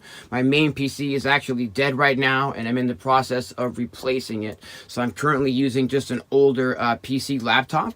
I do all of my audio editing on PC using a software called SoundForge, and this is a really big part of my daily workflow, just editing samples in here as a sound designer. I also use a lot of iPads in my music production and in my YouTube channel. So I've got an iPad here, lots of gear stored in and amongst the shelves. This is kind of my main hangout and like my audio editing station. Over here we've got the big desk, which basically right now is consisting of this giant Euro rack setup, which I'm calling the centerpiece. I've also got a few other Euro rack odds and ends and cases about that I can use for individual jams and also for YouTube videos. Doing a lot of YouTube demonstration videos means that I really need to have quite a lot more gear than I would normally need to have if I was just using this gear for producing music alone. I've got a lot of guitar pedals up here on top of the modular that I can route into the system. Got a collection of guitar pedals here that I can use to, route to anything in this system that I want to. I've got an Akai MPC Live over here. This is my main Ableton station, and this is a Mac. And basically, I found that while trying to use, Ableton in a really robust environment like I have here on PC was sort of lacking for me, and I was missing a lot of tight MIDI sync and MIDI like control, and I was able to really solve all of my MIDI problems once I invested in a really expensive Mac. Although these days I'm not really using Ableton as much as I am with the hardware. After doing this for so many years and editing samples, thousands and thousands of samples on the daily, my mouse finger really has a serious case of repetitive stress injury, and that's definitely one of the reasons why I have so much hardware in here. You definitely do not need this amount of hardware just for, making music and having a good time. This is not the cost of entry, but as a sound designer and as a YouTuber, I have a lot, of other needs for this type of gear. What we have over here is basically my main live streaming station. This changes every week. I do a live stream every Sunday at 10 a.m. Pacific Standard Time. So like Sunday mornings in the US, I believe that my live stream is 6 p.m. UK time every Sunday. And we go over everything from sound design to music creation to putting music together on iPads to putting music together with the Akai Force to sampling to Eurorack stuff. Here's another Eurorack case here, more storage underneath here, which you can't see because the lighting is a little screwy, and then more storage in the back of the room here. I've got a closet in the back behind this curtain, which stores a whole lot more gear. We've got a studio buddy over here. Hey, say good morning, Opie. Nope, he's just sleeping. All right. I'd like to start off by taking a moment and discussing my favorite thing about this room. It's not a piece of gear, it's actually the acoustic treatment. I'm not sure if it's coming through on this video just how quiet and silent and non-reflective the sound is in this room, but basically what I've got here is I've got 2/3 of this room that has been professionally acoustically treated. It took 2 guys 5 days to do this acoustic treatment in here, and basically I used to be focused this way, and I tried everything I could come up with, from little foam things and baffles and extra carpets and to try to tame the sound in here. And no matter what I was able to do, or no matter what acoustic products or nonsense I hung from the ceiling in here, it didn't really stop the acoustic reflections and the sound just sounding pretty awful in here and very inaccurate. As a sound designer, that's the most important thing for me, is I really need to know that what I'm hearing is an accurate representation of the sounds that I'm creating. So basically, these guys built a frame on this entire wall. I used to have a window over here that's now been blocked by this acoustic treatment, and there's about 4 inches of rock wool acoustic treatment behind this black fabric, and that makes the sound in here really, really like dead sounding. There's no reflections, and the sound doesn't bounce around the room. It's really accurate for monitoring. Speaking of monitoring, I have 3 ways that I monitor my sound in here. I'm using for my main editing and work speakers, where I really need to hone in on those frequencies and make sure what I'm hearing is accurate. I'm using a pair of focal shape 6s for my monitors. But in this setup over here, and when I'm just kind of messing around and working with various gear and I want to flip some speakers on, I'm using a pair of really old and really shitty Behringer Truth monitors that I've had for about 17 years, maybe longer. Just before we continue with Dean's tour, this is what I'm using as my monitoring system. A nearly 9-year-old pair of skull candies. That's what I'm using. Dean's got like speakers all over the place, and I'm using the worst pair of headphones ever to do all my monitoring on. Oh, how our studios are different, but our passions are all exactly the same. What this man doesn't know about making music, is not worth knowing. Dean is an absolute G. All right, let's continue with his tour. And the reason that I'm still using these quite often, and as one of my main ways to monitor, is because my ears have just gotten really, really used to how music sounds on those speakers. And I really find that I can get, you know, a pretty accurate representation on these because my ear is just trained to them so well. That being said, I know a lot of people don't even have monitor speakers and work on headphones exclusively. I also work a lot on headphones. I don't want to, you know, create a big feud with the neighbors who are pretty close here. And, you know, these monitors can get pretty loud if you get my drift. So my main headphones are a pair of Sennheiser HD 650s. These do need a headphone amplifier to, you know, work properly and really get an accurate representation of your sound. And for that, I've invested in a headphone amplifier that's actually more expensive than the headphones themselves. I'm using a Rupert Neve headphone amplifier with those Tim, the speakers behind me were given to me by Jimmy Scavenger. They are a pair of Missions, and the only time they ever get turned on, like that one never gets turned on, only when we do live streams. The other one is over there, which I use for like my TV and stuff. When I'm making music, it's all in headphones. I don't know. I think it's a personal choice, or it's a fact that it's a byproduct of having to do it for so many years. You know, you're in some places where you can't play music because the next door neighbor will literally call the police if he hears a kick drum any louder for longer than 4 bars, and you know. So yeah, I don't know. It's personal choice, but because of a forced way of doing it, I guess. So yeah, don't literally URL CLOWNFEST, and my TV goes through those. Anyway, back to Dean. Sennheiser HD 650s to really get that nice sound when I'm working in here like late night on headphones. Okay, let's just take a quick moment and talk about my infatuation with Eurorack, because I'm sure many of you are thinking, Dean, what is up with this? Your system probably cost more than my car, and most assuredly takes you longer to get something going in this than it would for the average person to get something going in like a DAW such as Ableton. This is why I've never gone modular. It just feels like a money pit where you're never going to get your ass out of. Honestly, Dean, that is more modular than most people can fucking dream of in a lifetime. I know Ollie Berry sidesteps that by making all of his modules himself. Anyway, let's hear what Dean's got to say about his modular rig. That is all definitely accurate.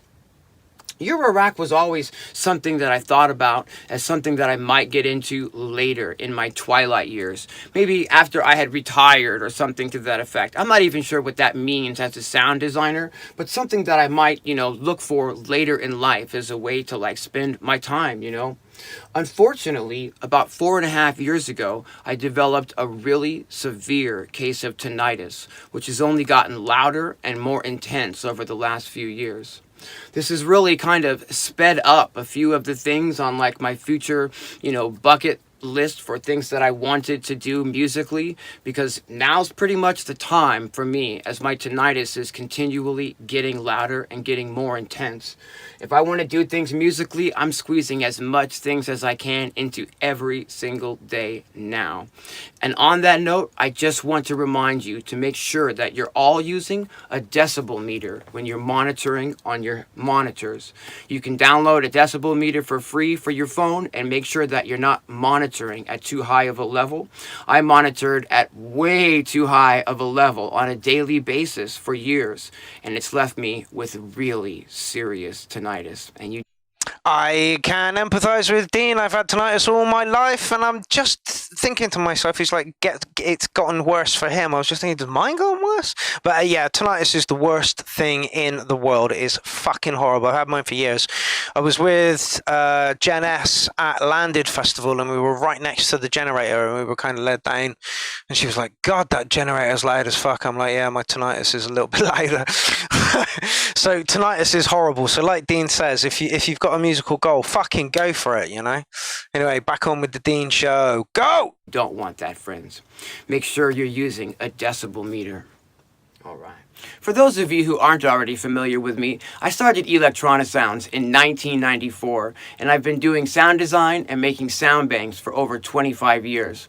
I've made sound banks for the Electron Digitact, several for the Electron Model Samples, for the Korg Electribes. I'm currently working on a sound bank now for the Medusa synthesizer from Polyend. Check me out over at electronisounds.com.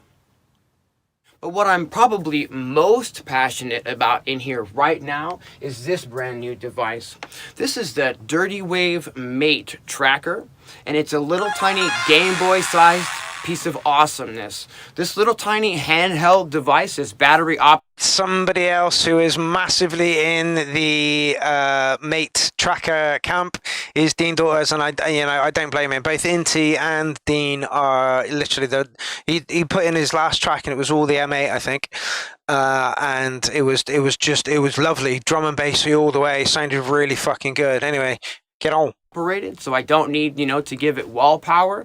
It has 3 built-in synthesizers. It actually has a mutable instruments braids module oscillator algorithm. So there's actually a Eurorack module inside this. It has an FM synthesizer, and it has an analog synthesizer, as well as being able to load stereo samples. And it's just a little handheld device. I'm really getting a lot of use out of this. You can even sample audio directly into it over audio or over USB. I'm getting a lot of fun out of this little guy.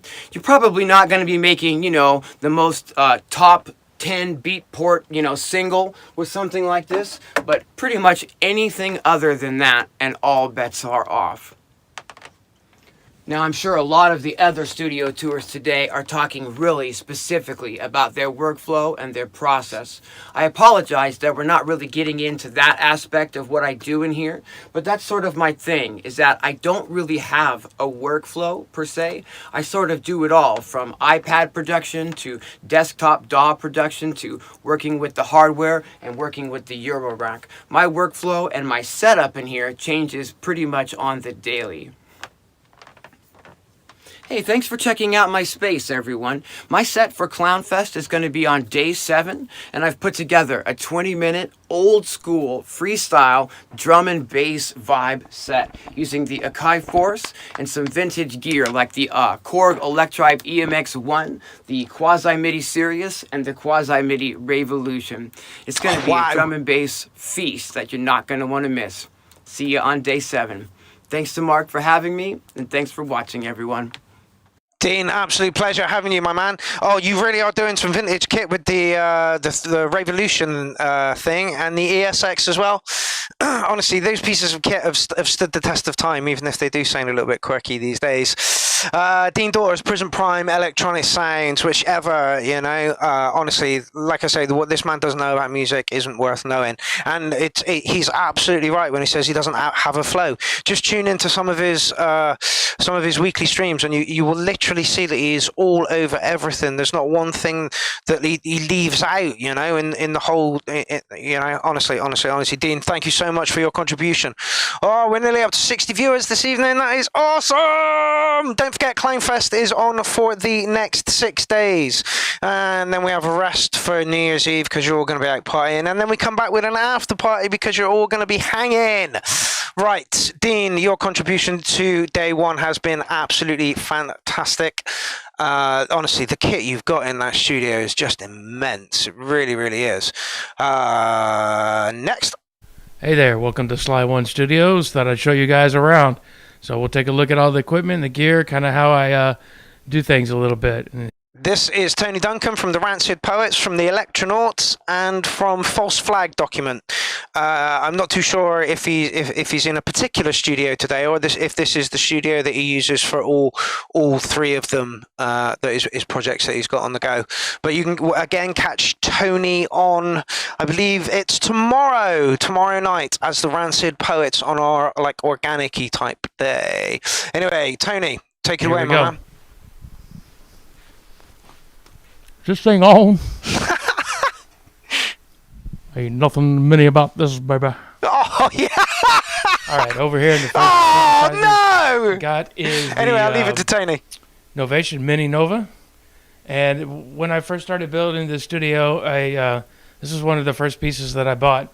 I tried to build everything that was on a budget. So throughout the years, I've just continued to add on.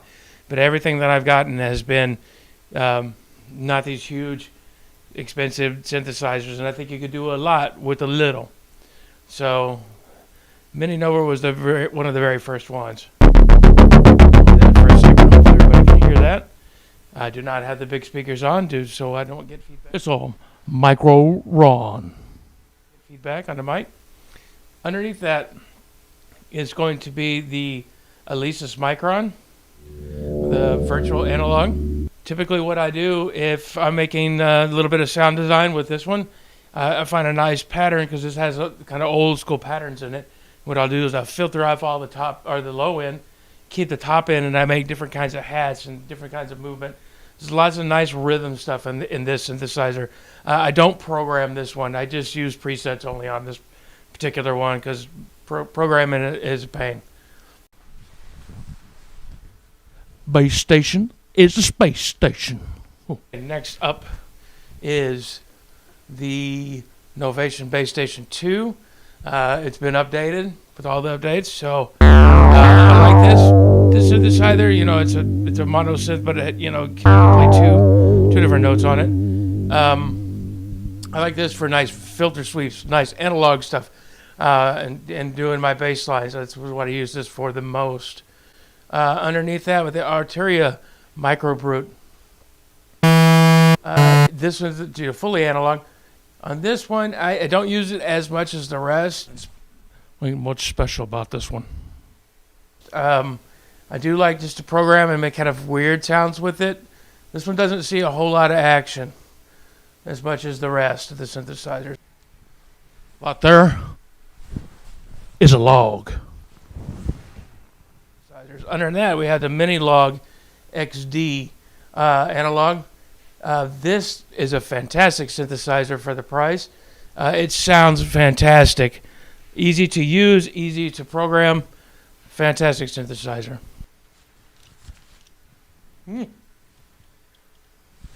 We getting freaky-dicky.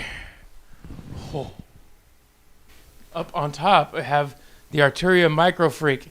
You'll find that in my Rancid Poets project. I use this a lot for like really weird sounds and like to just make little snippets, sample them, play them into Ableton. So I put it in an Ableton into the sampler and then sample things out from there. It's cobalt. That's blue, ain't it? Next up is the Moto Cobalt 8 digital analog modeling synthesizer. This thing sounds fantastic.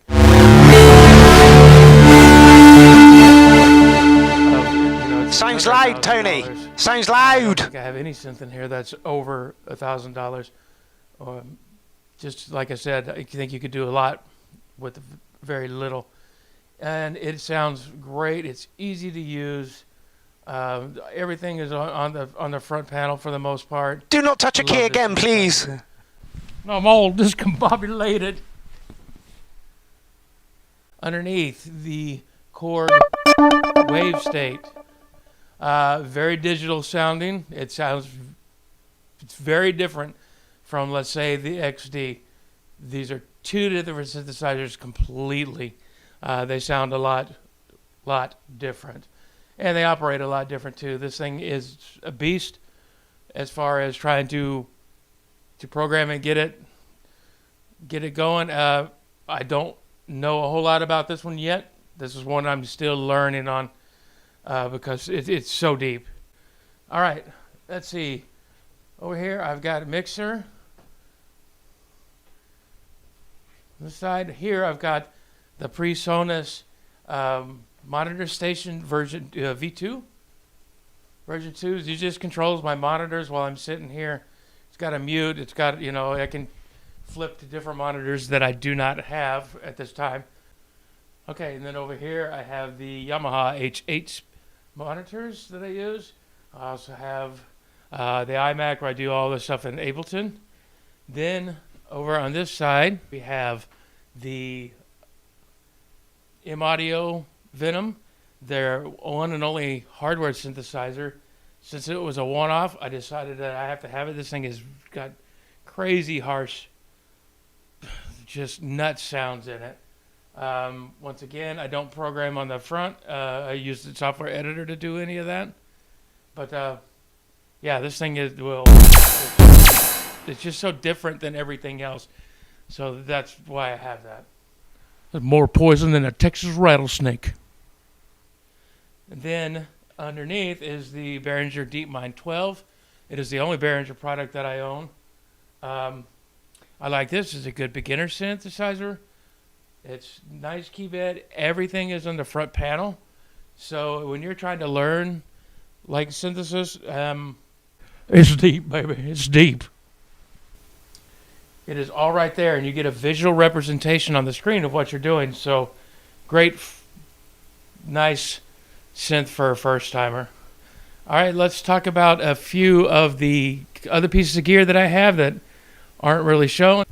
Okay, this is the Roland SH32. This is the world's hardest synth program ever. But what I do with it is I sample it once again into Ableton, chop stuff up, and do stuff that way. This hill is made by space aliens. It was a UFO. I seen them. All right, this is the Roland MX1 performance mixer. So basically, when I'm looking to use different effects or when I'm doing something live, that's when I'll use this, like the filters and the delays, that kind of thing, and the glitchiness. Mostly only when I'm doing a live thing. Any other time I wouldn't do that. It'd be working straight in the box. Then I also have the Korg RMK2. As you see, it's in a little bit of, I took everything off. I'm trying to repair it. It's got where the pots have gone out, and I'm trying to fix them. So same thing. I just sample this old school kind of sounds and then further manipulate it into Ableton. There's a whole lot of drumming going on. Okay, then this is the Elisa's Turbo Mesh drum kit. Basically, what I do on this one is if I'm playing in a live situation, I just use it straight up, or I will run it through MIDI into the iPad, which we're using to film right now, and I will trigger different samples that way into Ableton too, or I'll just run it straight in to Ableton audio-wise. Got powder all over my chest here.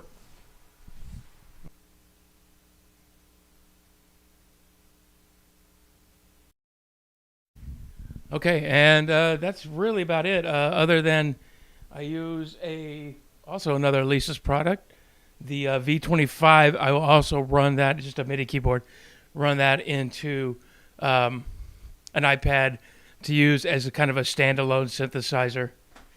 And I got my Alien Cup, got my Enjoy the Silence photo, and I also have my Studio Cat, who was with me for a long time and is with me even today. All right, I'd like to do a couple quick shout-outs. I'd like to shout out to Dean Daughters, Gasm Wood, Connor Tian for their day-to-day support, as always. A couple shout-out to Vaughn George and to Mark Gardner. And I know Mark works really hard to putting all this together, and we certainly appreciate all your hard work. Just doing my job, sir. Another shout out to my camera person, Emmy Duncan, who's behind the scenes. Another one to my wife, who always supports everything that I do. My wife, Christine Duncan. We certainly appreciate it. And to my writing partner, Marshall Potter. I wouldn't be where I'm at without the guy. So to everybody like that, I love you guys. Look forward to seeing a new Rancid Poets album right after this CLOWNFEST 7, and we'll see an Electronaut album probably sometime after the first of the year. All right, guys, appreciate your time, and we'll talk to you soon. Bye now. Tony Duncan, ladies and gentlemen, what a great video. What a great video. What a lovely studio space as well. Absolute beautiful wall of synths. And again, we share some of the same kit. He's got the Bass Station 2, the Micro Freak, the MX1s. I wish I had a fucking Cobalt. Was it Cobalt? Yeah. Beautiful fucking synth that. Tony, thank you so much. Your video was very, very entertaining and humorous in a beautiful way. Top man. Yeah, so we're just over the 2-hour mark. I think we've got about an hour to go. Let's see. Who's up next?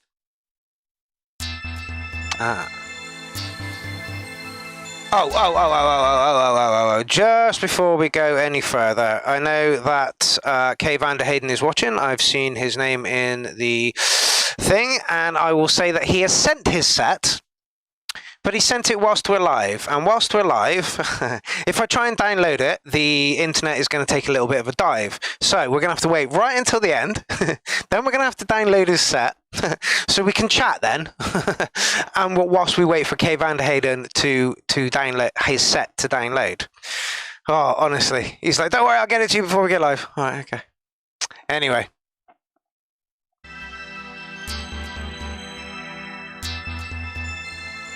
Random loop generator, Gary Baxter, ladies and gentlemen.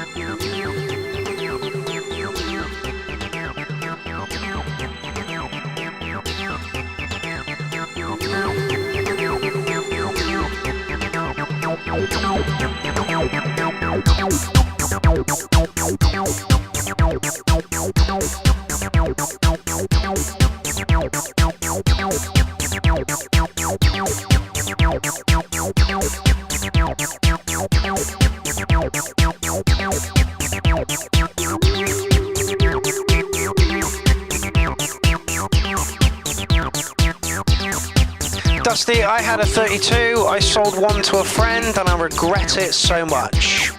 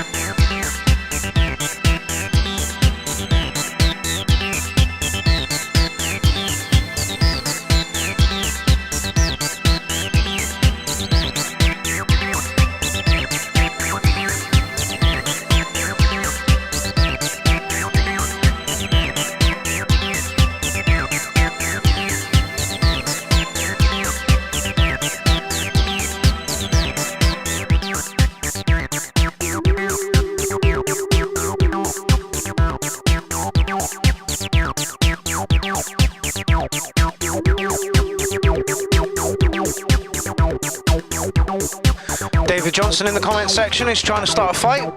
Sometimes I feel music made on hardware sounds too clean.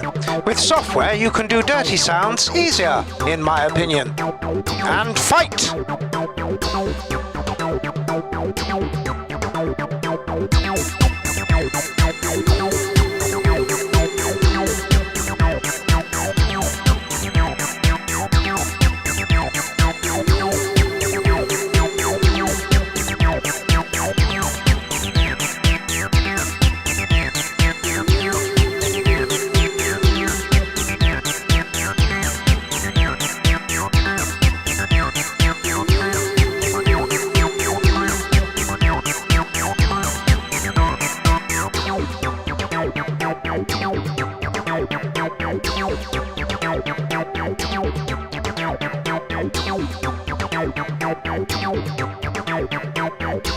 I almost got my hands on that guitar.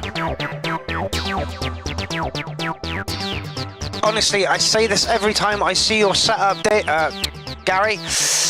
Jasper stand. Get a Jasper stand. You will not regret it.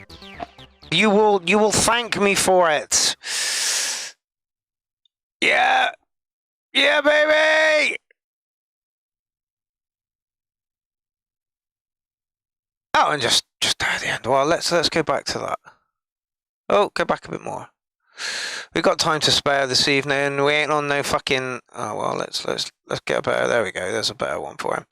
Gary Baxter, ladies and gentlemen. Here, this guy is an actor. He's got a few films out at the moment. I'm sure he's in the chat now. I'm sure he'll link you to a couple of them. Or go and check out Wikipedia, Gary Baxter. I'm sure you'll find out what films he's been in from there. Would love to get. I've met this guy up in London, and wonderful bloke, absolutely wonderful bloke. I would love to have him on the show, and I would like to go up and interview him at some point. The guy I bought the TR8S off the other week is somebody else I want to interview. He came around the other day and dropped that off. Yeah, I really want to do some interviews because you guys, you know, I want to come to your studios and I want to ask you about your music and stuff. You know, these studio tours are great, but they're like a bite-sized chunk of what I want to actually get in and start chatting to you guys about. You know, and yeah, and showing, you know, the Clown Army audience and wider who you guys actually are and what makes you tick and stuff. Gary, thank you so much for your contribution to CLOWNFEST Day 1. Gary's very much into his acid house. Yeah, awesome bloke. Can't wait to meet you again, mate. Hello, I'm Sapro. Welcome to CLOWNFEST Cribs. Sapro, somebody else. I went to what festival with him? Podstock Festival. I also met him in Glastonbury a few years back, just before lockdown hit.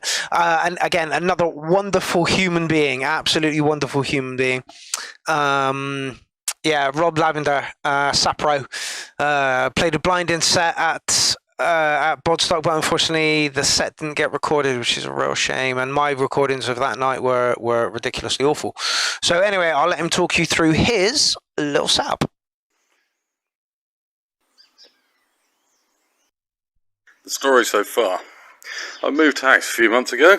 I was hoping to have a really sweet build to show you because I'm getting somebody to make me a studio. However, this is my studio. Oh, it's Christmas. Yep. It's not quite made, so we're going to be doing something a bit different.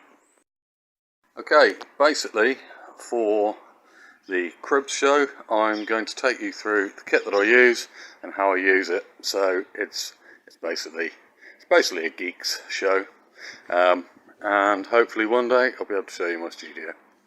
Cheers. Hello, CLOWNFEST. It's me again, Sapro. Yeah, I know he was very disappointed that he was like, oh, god damn it, I don't have, you know, a nice sparkly studio to show us. Doesn't matter, my man. This is the kit that he used at Bodstock and absolutely rocked the place. Yeah, left me with a good few people on the dance floor. I was playing after him. I'm just really disappointed I couldn't get that set to you guys because I failed and the recording failed from the place. Anyway, this is Sapro, Rob Lavender. I'll let him guide you through the rest of his stuff. Okay, I'm here in the studio. Well, what passes as a studio at the moment. And I am going to try to make a track in 10 minutes and take you through all of my equipment. So, here goes. Starting on the left, we have my mixing desk. Very important, although possibly not glamorous. It's got lots of inputs. It's got a couple of aux inputs, aux outs, and it mixes all of my gubbins. Okay, now, on an insert on the master output, we have got a scooper.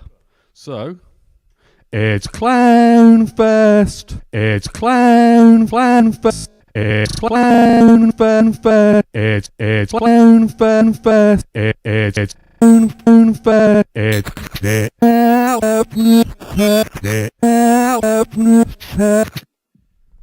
There you go. That scooper. It's on an insert of the output of my mixer. So, also on the left, we have my Pro 1. That mainly runs sub, so I have got it running into one of the channels of the compressor. I'll get back to that in a minute.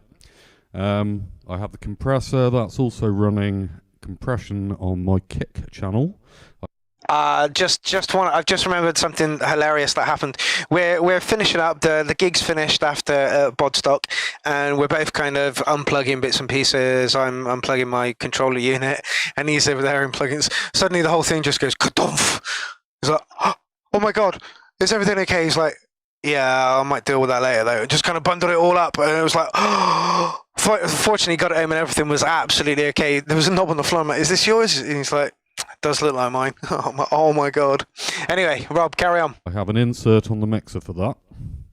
So that comes straight out of the... We have a question there. Okay, so he said Scooper. It's one of the Era EFX range units, which is this little thing. Oh, I don't have the Scooper. I'm jealous as fuck. I want the Scooper. This is the Demora, and this is a delay unit. They do a delay, a distortion, a bit raiser, and a Scooper. I've got everything but the Scooper, and I'm dead jealous. I heard it on the night when Rob was playing, and honestly, the thing is just fucking insanely good. Anyway, carry on, Rob. Straight out of the mixer there, on the kick channel, through the compressor, and back in. So, on the aux V sends, I have Demora. That's a delay. I've got that on a send. It's got its own channel where it comes That's back what this in. is?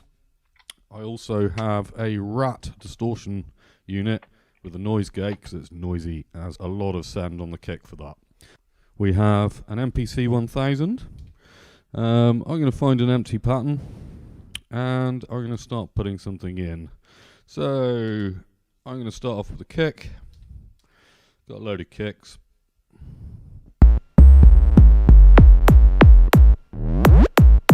That'll do. Okay, quickly whip myself up a kick pattern. This is going to be basic as anything, because I'm trying to get it done in 10 minutes.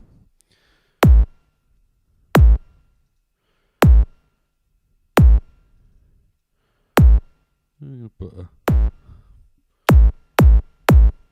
I need more pitch than that. Let's go for the perfect 147.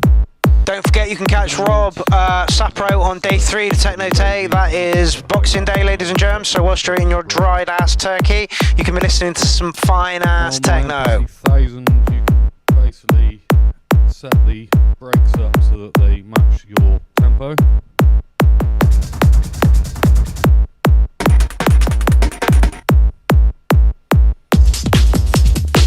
That'll do.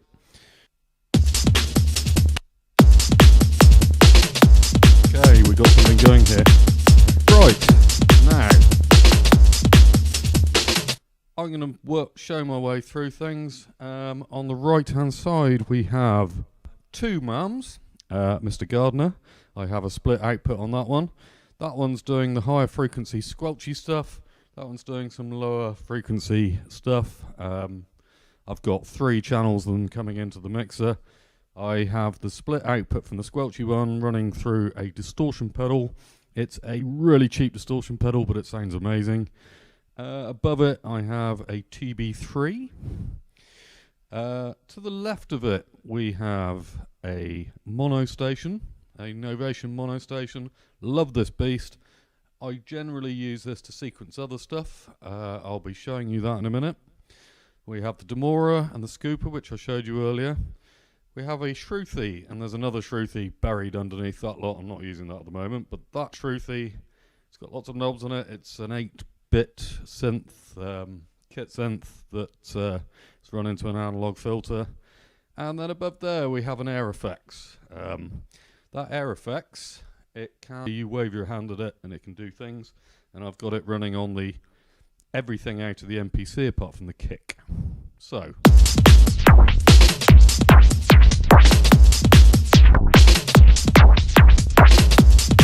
get the idea.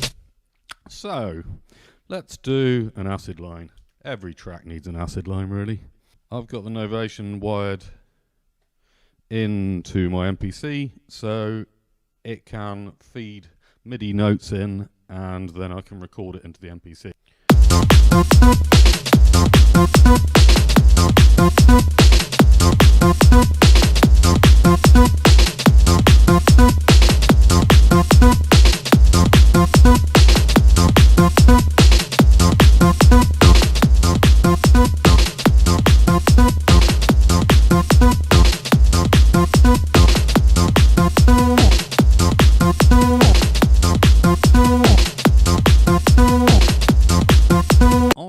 make my track a bit longer. It's going to be a bit boring. I normally work in 32 bar sections, giving away my secrets here.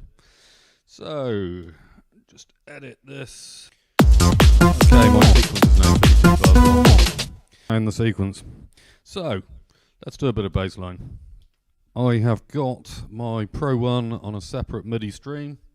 That's off its own MIDI stream. Everything else is running into a splitter hidden underneath that. So, let's do some bass lines.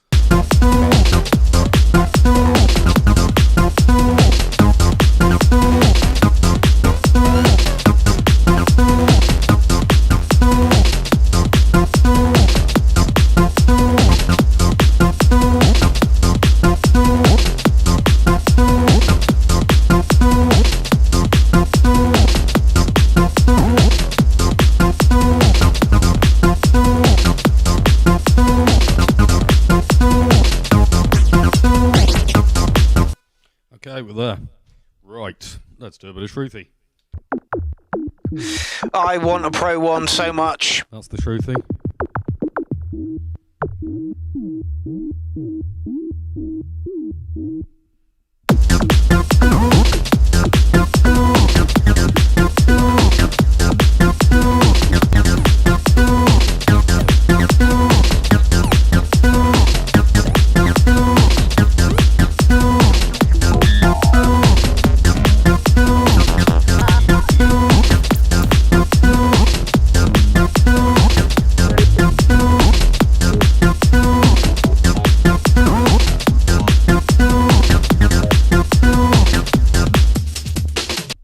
Right, let's add some acid. Yes, Professor Dictaby, a Behringer Pro 1.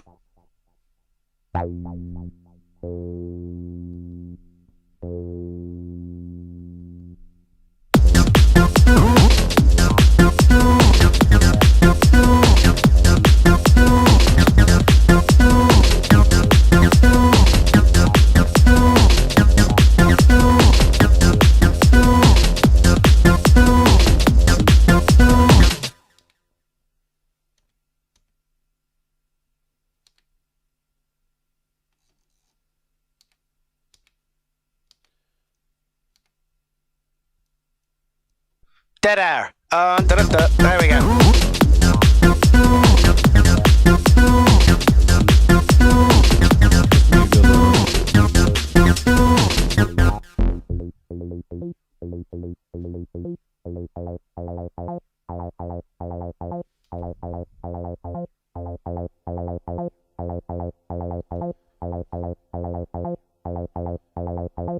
Yeah, I'm not desperately keen on getting one, but I would like one. I want a big synth now, another big synth.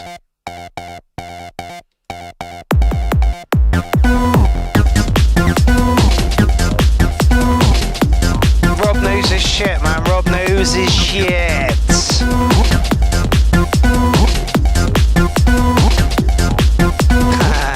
No worries, Marianne.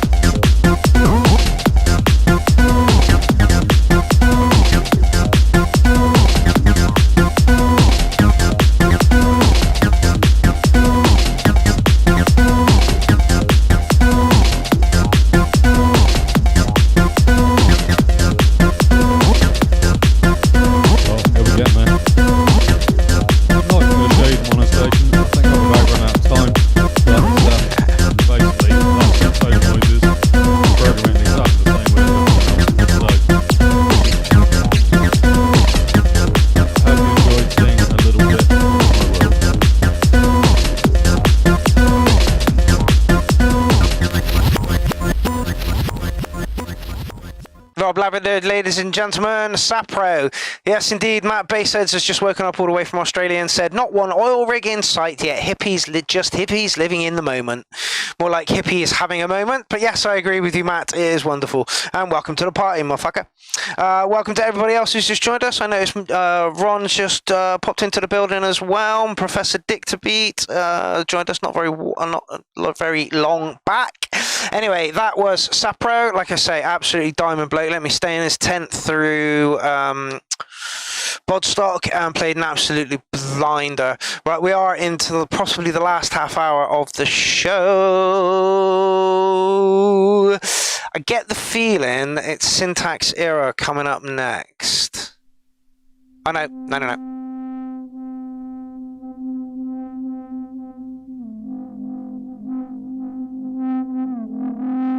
Like I say, you can catch Sapro on the Techno Day. You can also catch Septic Smile. I can't remember whether he's day 6 or day 7.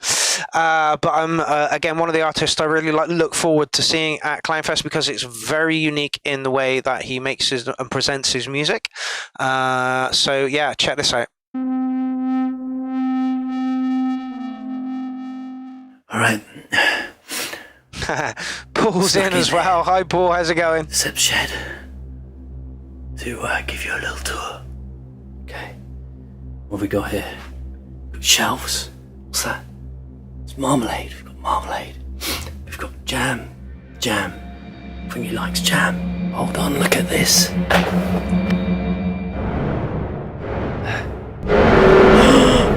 Horror. It's the skull. What else we got? What else? This guitar. This was his first guitar. This is the Honer with a hot rails pick up there. What else we got here? We've got that's a classical guitar there.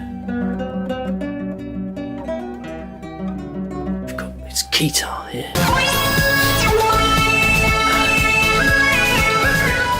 What's this? What's in here?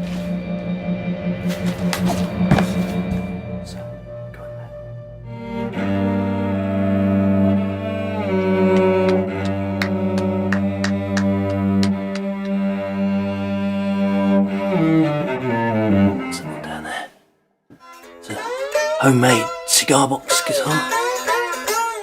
Over here we've got a Dobro slide guitar. Right next to that you've got a that looks nasty. Wallet guitar. Around the side there. You've got a baritone. Oh yeah, that's nice. It's a Squire baritone.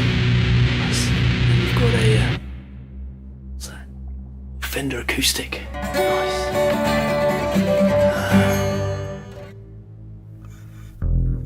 Gear for music, double bass. Cheap Marlin bass there. What's that there? It's a Yamaha. Behind it there. Got a kind of Turkish SARS. It's that's a classic vintage synth there. Yeah.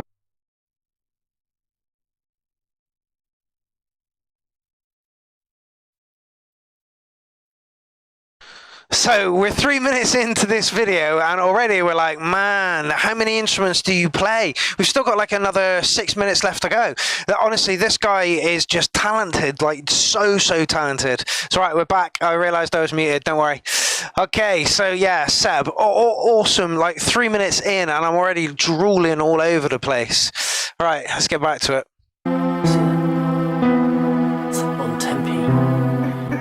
B499 collector's item there. Oh, look at those puppies fermenting up there. Beauty. Okay, what else have we got? Just there's a seaboard rise in there. Very nice. Djembe, all the way from Africa. That is. Got some little bongos. La musique. What's this? Music magique. What's that for? Speaker there, getting on the road. So, just glockenspiel, another drum, whistle, shaker, another whistle. Why is it one of these whistles?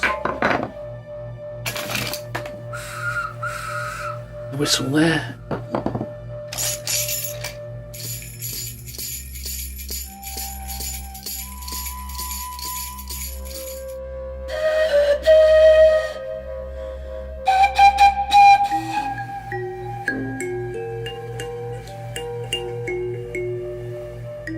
Monica.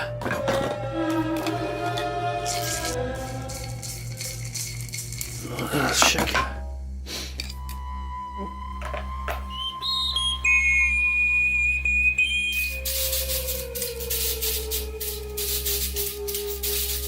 A whistle.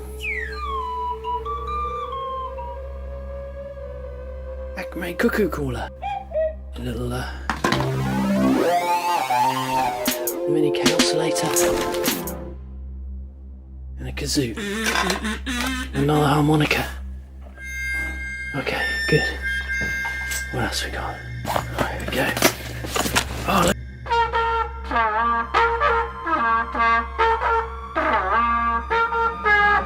There's a bag here.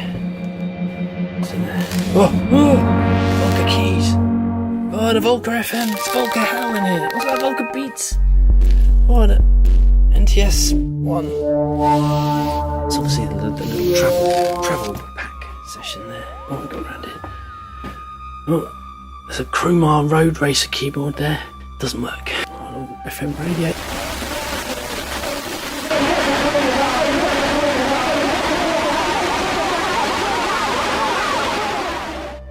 What's there? It's got something in it.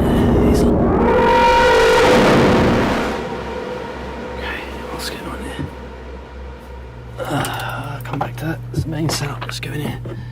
Okay, what have we got in here? Let's love a little room.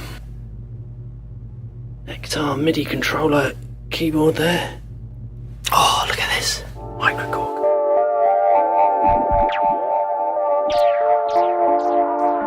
Wow, there's a drum kit. Over here, we've got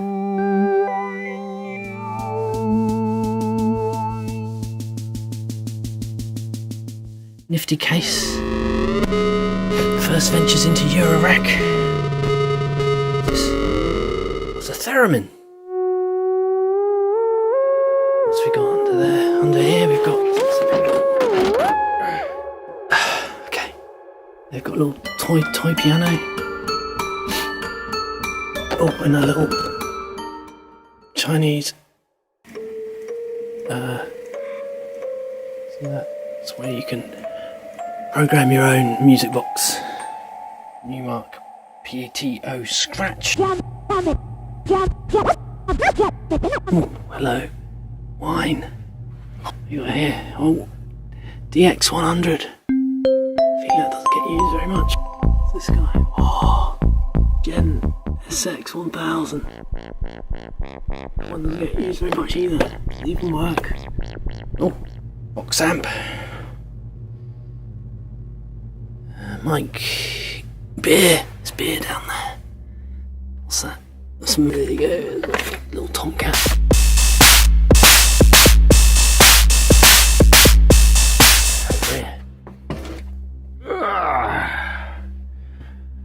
Here we've got a nice standy up desk with the main treats. So this is going to be what we're working with for CLOWNFEST. The Deluge is in charge of everything. Which goes to a MIDI hub through there in the cables of there. Buried under there is a strike fet. Over here you've got the Micro Monster.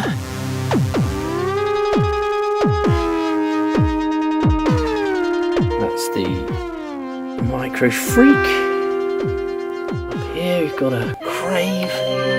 Behind there in the dark, a Model D. Over here, the Zoom. The Zoom is going through this Zoom. Live and XFM there.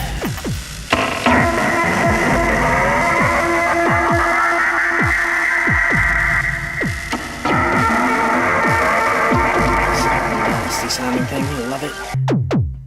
And Volca kick. Monologue. Polka. Bass goes through a look at that the brightest black box thing from Circuit Vendors. That's a me blip. Triode, which I don't really use much, but I'm going to try to bring that into the Roland vocal transformer. It goes into a Zoom mixer there, and that goes into another mixer there,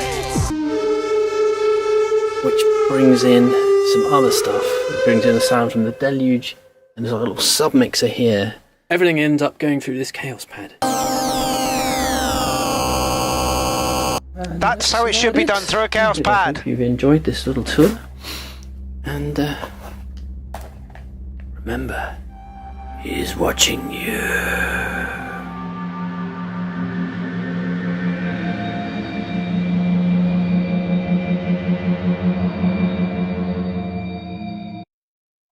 That was brilliant. That might actually be my favourite one so far. Yeah. What a wonderful walkthrough of all those instruments. You know, you've got some nice kit there, mate, and you've got some crazy ass kit there as well. Pan pipes and stuff. Yeah, you can catch Seb on one of the days that are coming up over the next 7 that I'm going to be streaming. Seb, that was brilliant. That might be my favourite one so far. Let's see who is up next. Okay, so right, this is Syntax Era, and he was like, my video's 20 minutes long, and I'm like, man, that's a little bit long. And he said, well, I'm kind of moving studios, so this is like documenting my old studio before I completely rip it down. I'm like, how long's it been there? He's like, years. Well, give us the 20 minutes. This is this man documenting like his studio for the past God knows how long before it completely disappears and he moves house and is set up somewhere else. So this is like an homage to the old and then ushering in the new, which is what we're supposed to do at Christmas time as well, aren't you? New Year's Eve and all that absolute fucking bollocks. Right, so yeah. Hello, my fellow Clown Army minions. Welcome to CLOWNFEST 7. I should point out, like I said earlier, we are worldwide, and this is no exception. This dude is from New York, so we're now over in America again, funnily enough. And this guy's got so much vintage kit. Because it is 20 minutes long, I may have a wee and get a cup of tea, coffee. So I'm going to miss the first couple of minutes, but I will leave you in his comfortable, capable hands. This is Syntax Era. This guy's been doing this for a long time. Acid genius. His break set for one of the CLOWNFests was just fucking phenomenal. Was so good. Anyway, Syntax Era, people. I'll stop waffling. Syntax Era Cribs. I was telling Mark, I am actually weeks away from moving studios, moving houses, not too far. Keep doing this. Stop slapping your leg. A lot of my stuff is actually not terribly connected, so I'm not gonna like walk you through my song creating process or how I do live sets. Pretty much just gonna walk you around and show you a bunch of stupid stuff. Why did I agree to do this? Mark, expect a lot of jump cuts. And here we are. Like any good studio tour, we begin by going underground. To the left, we have a studio. To the right, we have a shop. Let's start in the shop. Here's my workbench. Tools. Got your tools. Gotta have a lot of tools. And those are my components. Resistors, capacitors, diodes, switches, various other stuff. And here we have the 3D printer. It's a CR10S. Allows me to build great things like this. You can make movie props. There's a puddle over it. Various odd things. can be found. My laminate passes from parties that I've played over the years. Got my circuitry station over here. Solder station over here with the hot air rework. Desoldering station over here. Testing equipment, pretty old stuff. Analog oscilloscope. It's an old function generator. This is my first power supply when I first got into circuitry, really young, probably like 5 or 6. Got a transistor tester over here, my little mini Marshall amp when I test circuits. So I don't have to go into the other room. I can just plug it right in. Boop. Yep. Nice. Clean circuit. This is where I will build circuits. Here's a cool 3D printing project. These are 3D printed drum pads. Octave keyboard, paint them up. You got your piezo triggers right there to the 1/4 inch. Nice passive circuit. And then I'll be able to play melodies on this with drumsticks. See the layer lines? They were printed this way. Bar will go through here. Screw in the back. Dusty. Very dusty.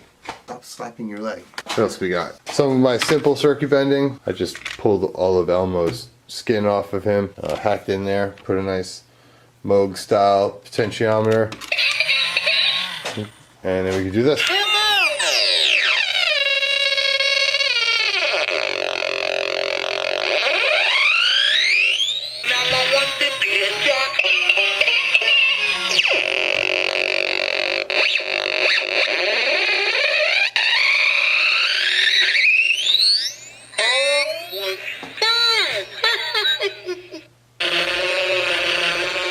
The Googa Mooga. This is the circuit bent sampler that got me 3rd place in the MoogFest circuit bending challenge.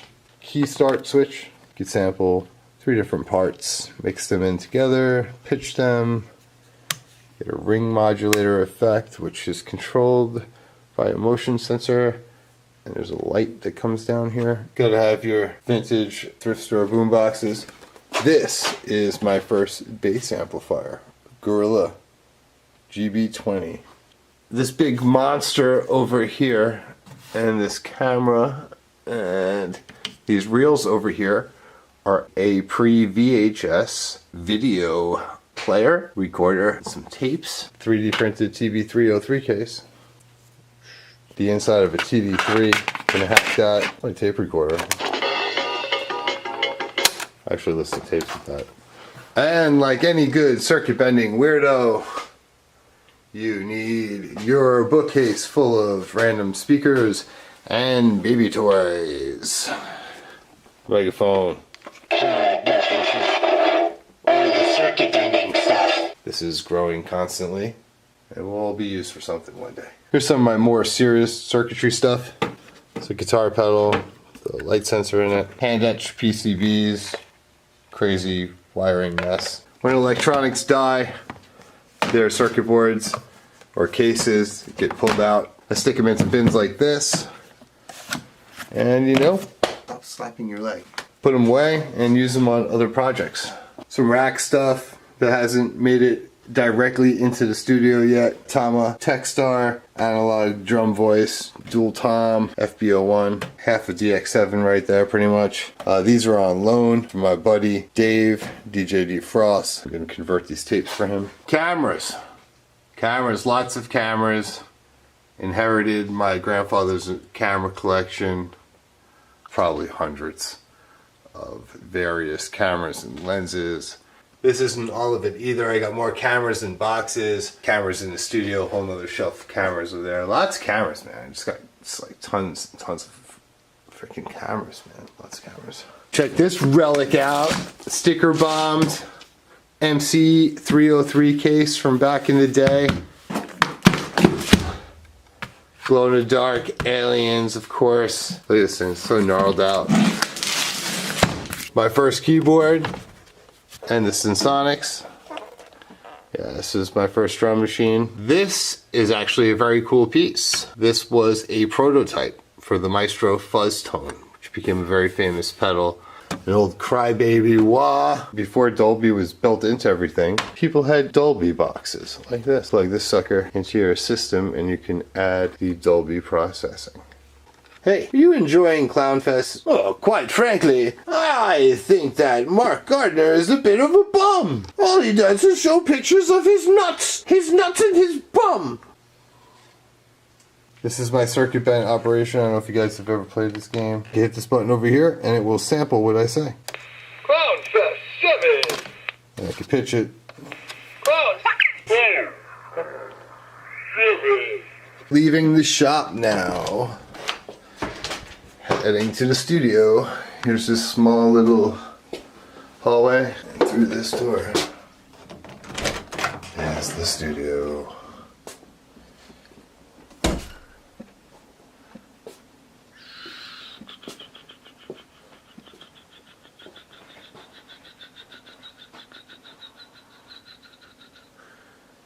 I guess we'll kick the studio tour off with a quick look at some of these shelves that I have of stuff that I have collected over the years.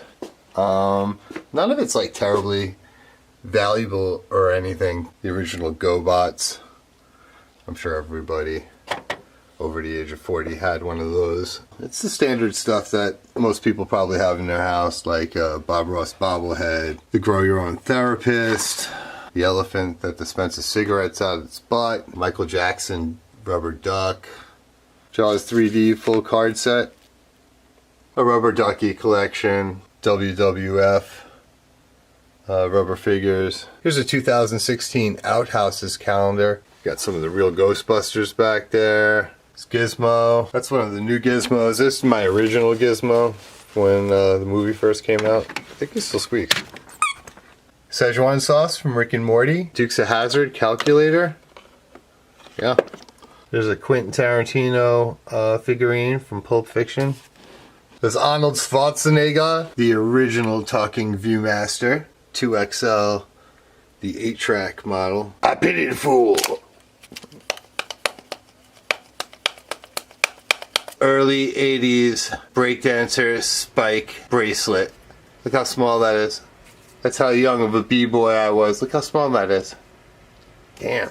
Beautiful, beautiful 50s RCA transistor radio. It's a Sanyo circuit bent radio. You can pretty much talk to aliens with this thing.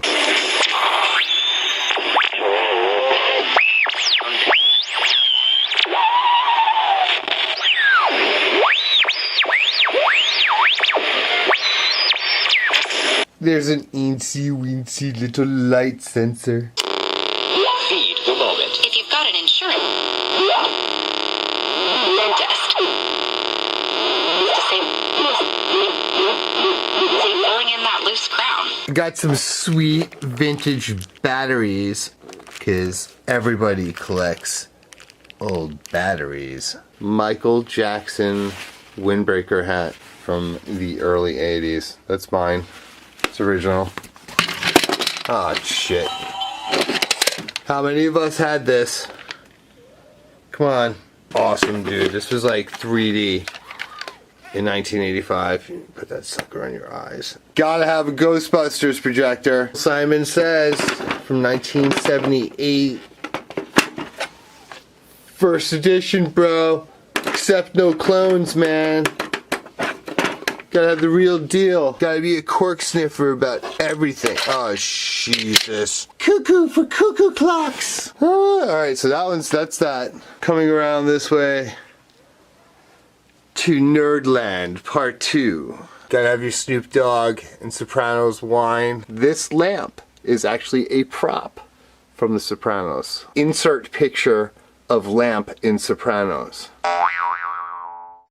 As I said, cameras are us.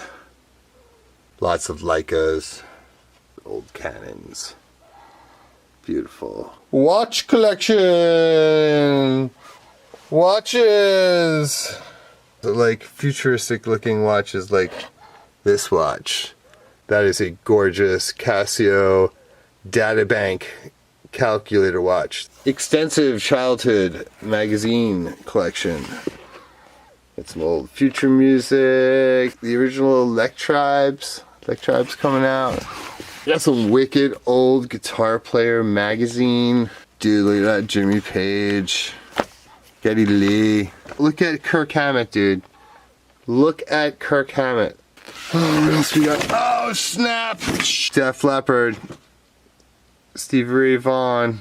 This is one of the exciting parts of the new studio, where I will have the Commodore 64 goodness all set up. I guess while we're down here, we'll make a right to Nintendo. I love the Power Glove, man. All my Nintendo stuff over here. The Simpsons! Used to be a pretty serious Simpsons dork. No nerd room is complete without an excessive amount of worthless Star Wars crap. Yeah. Got your Yoda tissues. You know what I'm saying? Little Mad Magazine action. Ducky Veta. Darth Vader macaroni and cheese. Darth Vader jelly bellies. Some comic books.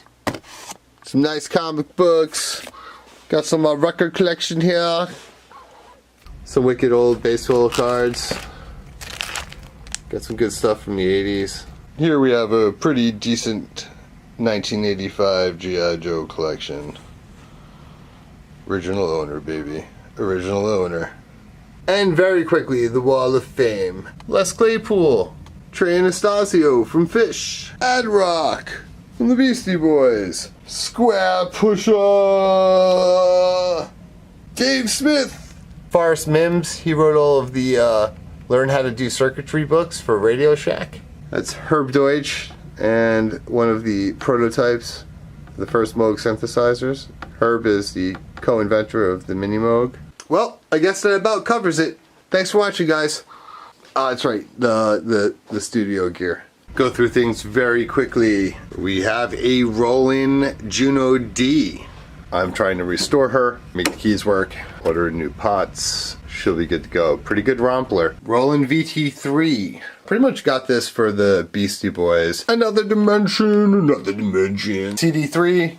Gonna mod it. RD8, 808 clone. My first hardware digital multitrack. This is the famous Yamaha music computer. That's the original keyboard. Yamaha software for that. Model D. Casio SK1. My first piece of techno gear. Sure, a lot of you also first piece of techno gear. Scored this recently. This is one of the coolest vocal boxes ever made. I have the newer version of this too, the EX. This was one of the most awesome gifts ever given to me by my friend Robert. There's a simple mod for this that lets you trigger the sounds individually. Recently got this sucker on eBay, the IED-04 digital drum station. Pretty cool. I just wanted to use that really as an octapad controller. Over here we got the GR33 analog to MIDI guitar converter.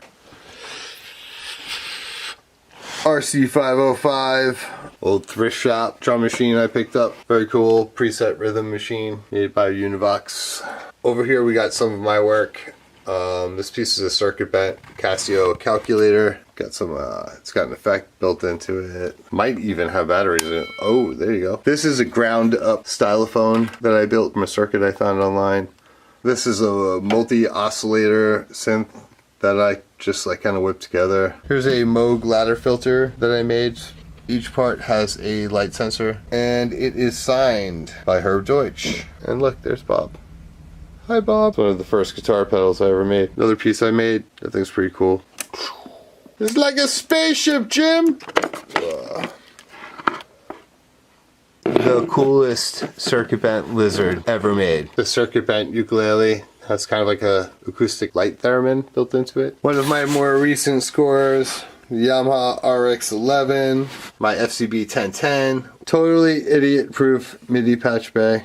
moving right along, this is my live setup for the last CLOWNFEST and my last live gig. Nothing here really needs a ton of explanation. Minotaur, Microverb, TR8S Korg EMX1, KP3 Plus, TB303. My baby. TD3, Soundcraft mixer. Yeah, that's about it. The legendary Casio CZ101. And speaking of 101s, here's the fake one made by Behringer. It's good. Another TD3, Korg ER1 and the EA1, the Electribe sampler, a Motu MIDI Express, the MPC 5000.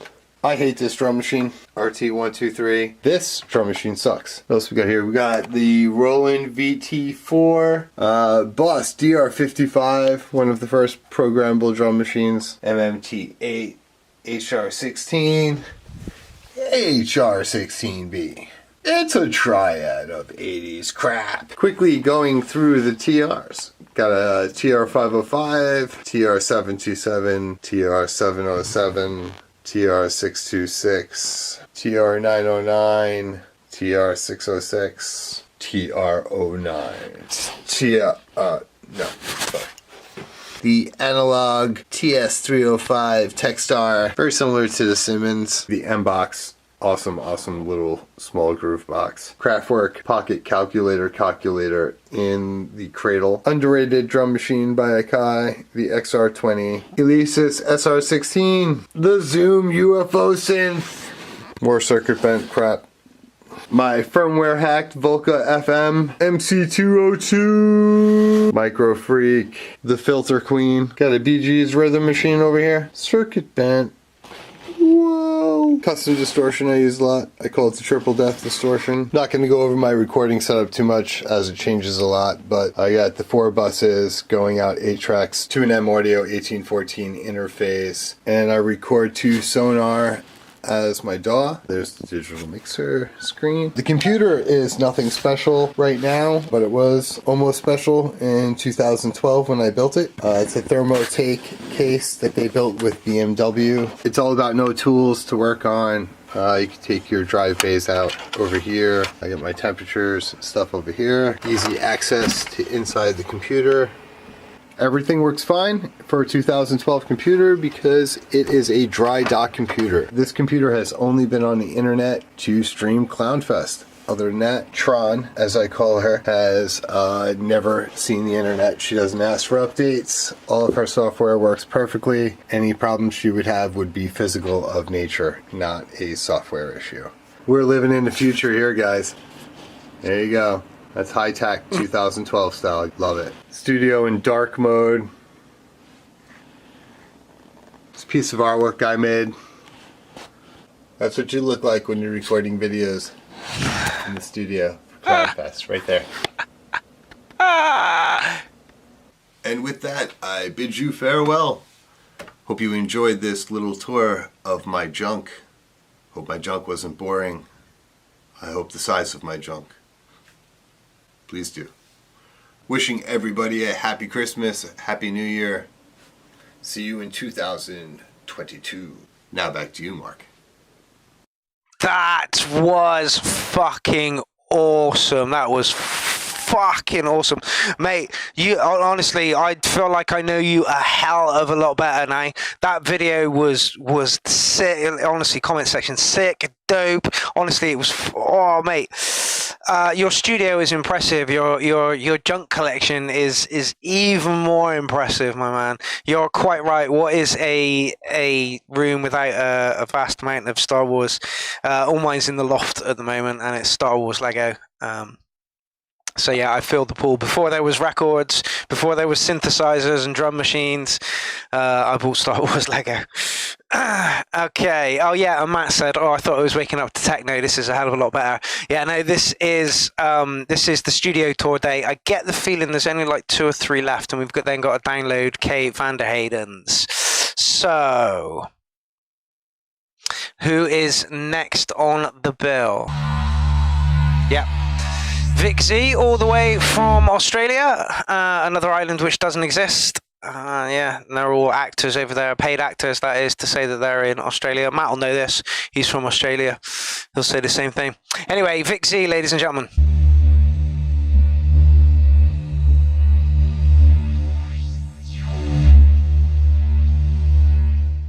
Hey, welcome to the Swarm Sound System Studio here in Sydney. I'm Vixxii, and I'm going to just take you on a bit of a tour around the studio, counterclockwise, and just show you some of the units that are contained within. So what we've got first up, and you heard me tweaking on to begin with, was the JP 8080. It's a bit of a classic, the JP 8080, circa late 1990s. Below it is the MS 101, another cool synth that has a very interesting and, you know, kind of classic sound.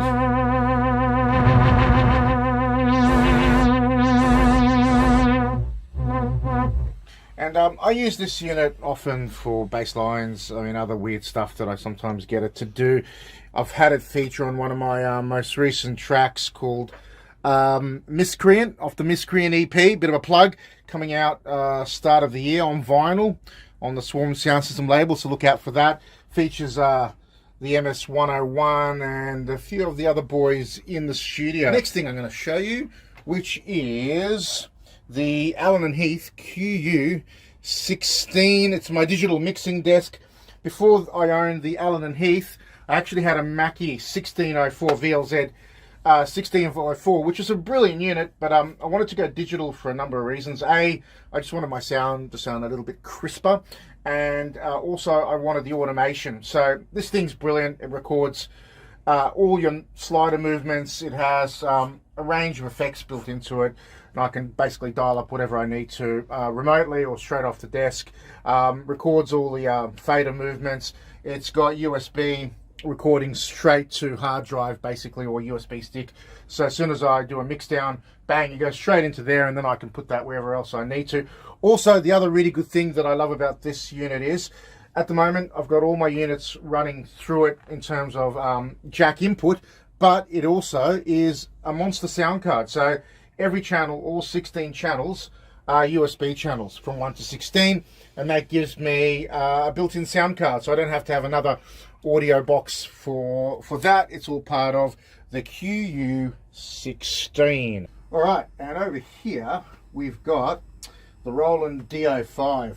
I used to own a D20, always wanted a D50, never managed to get my hands on one. Had a D20 ages ago, one of my oldest synths actually, and then eventually it basically got old and buggy, and I had to move it on. So I managed to get a D05 to replace that LA sound that I think is pretty awesome. Love the old D05, just all the patches from my D20 work on it, plus the D50 patches, which are all over the internet. So it's brilliant. It's just a good little synth, small footprint, can do some pretty cool stuff sound wise. You know, from bass lines to, you name it, whatever. Just above the D05, I've got a Behringer Crave, which is a pretty cool synth, pretty easy to use. Everyone always talks about how easy the Crave is to use, and I kind of agree. But I like it because it's got a really deep and sort of lustrous sound that I've managed to pull out of the Crave.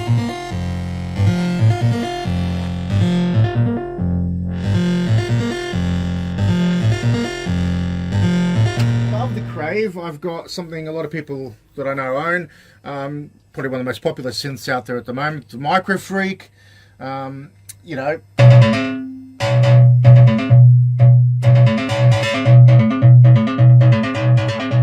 coming up next, the Bass Station, another favorite of many people out there. One of the more recent units I actually got, the Bass Station. Only owned it for about, I don't know, a month or two. I used to actually have the original Bass Station, the bluish one, the smaller sized one. It was one of my first ever units actually that I got when I started producing music years and years ago, just when it actually came out. And then I sold it, and then what possessed me to buy the Bass Station? I don't know, because it sounds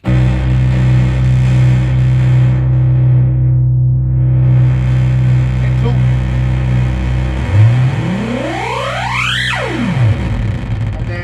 above the base station, keeping it in the Novation family, is the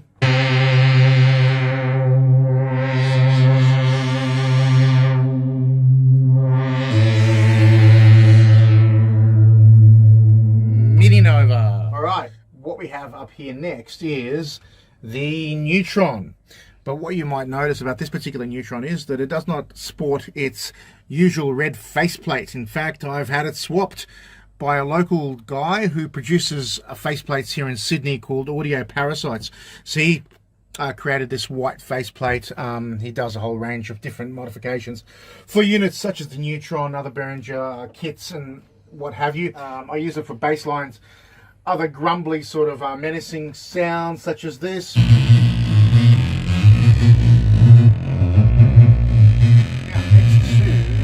The Neutron is one of my oldest units, actually. So have a look at this one. It is the Nord Micro Modular.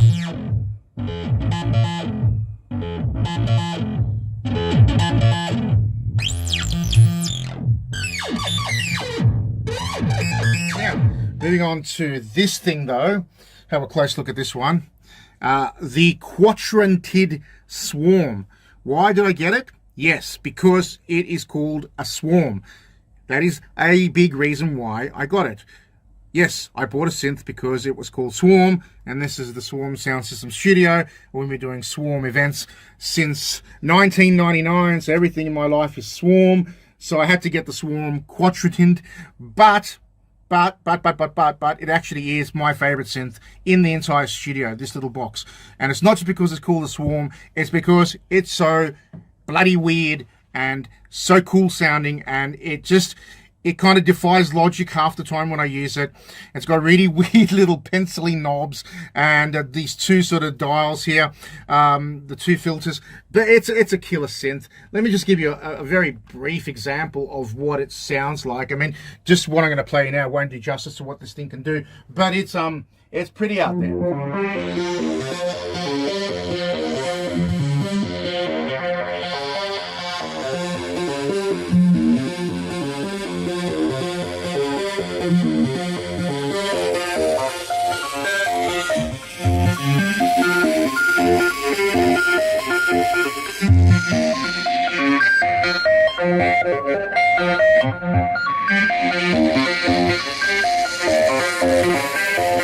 Gentle sounding synth, and I love it so very much.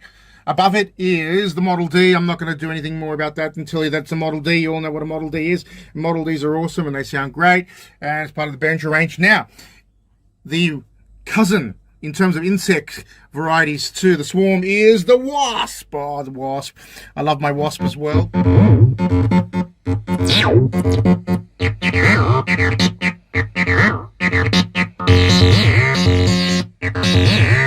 I got my hands on the MO. Now, finishing off with the units here, we have the Spark, the Arturia Spark. Now, what I use this Spark for is actually to control the RD9. Now, I know the RD9, that's a really brand new and highly coveted unit at the moment. Everyone's in RD9, you know, kind of psychosis mode, and I'm really lucky to have it. I was waiting for 6, maybe 7 months for this unit, and it's finally arrived.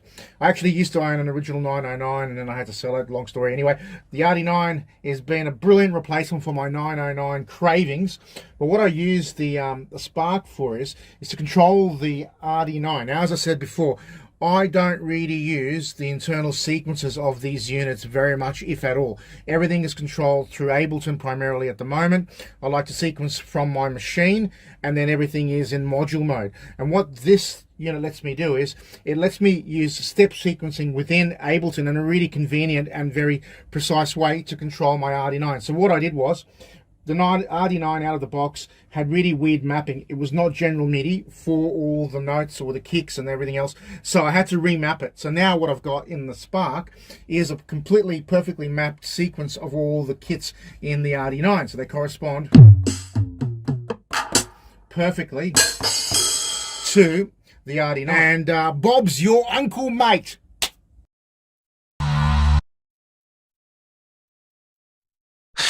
Wow, that end crept up upon me.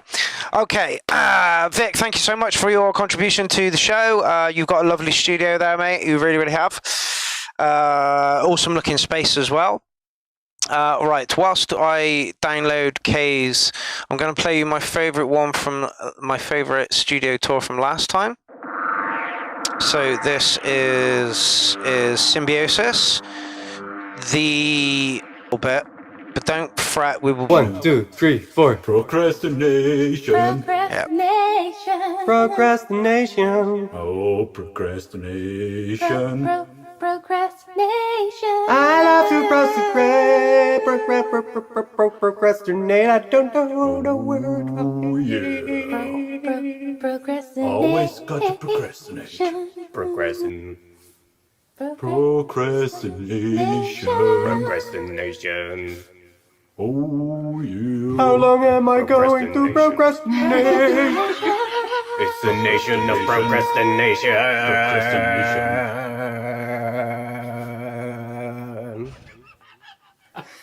Procrastination. Procrastination. Procrastination. Procrastination. Oh yeah. Procrastination. Procrastination. I love to procrastinate. 30 seconds to go. Procrastinate. Oh yeah. Just watch YouTube videos all day long. Procrastination. Procrastination. Oh yeah.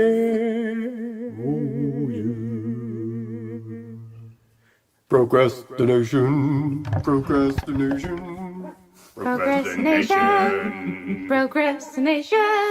Procrastination.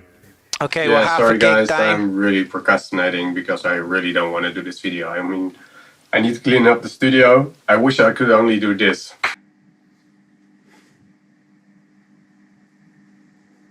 Nice. Okay, so no more procrastination. I've done that for too long now. This is the studio. Ta-da! Digital, DJ, vinyl, and my live set. And something I put here to make it look nice, because this doesn't work yet. Well, come over here. This is the live set. I have an ESX, an MX1.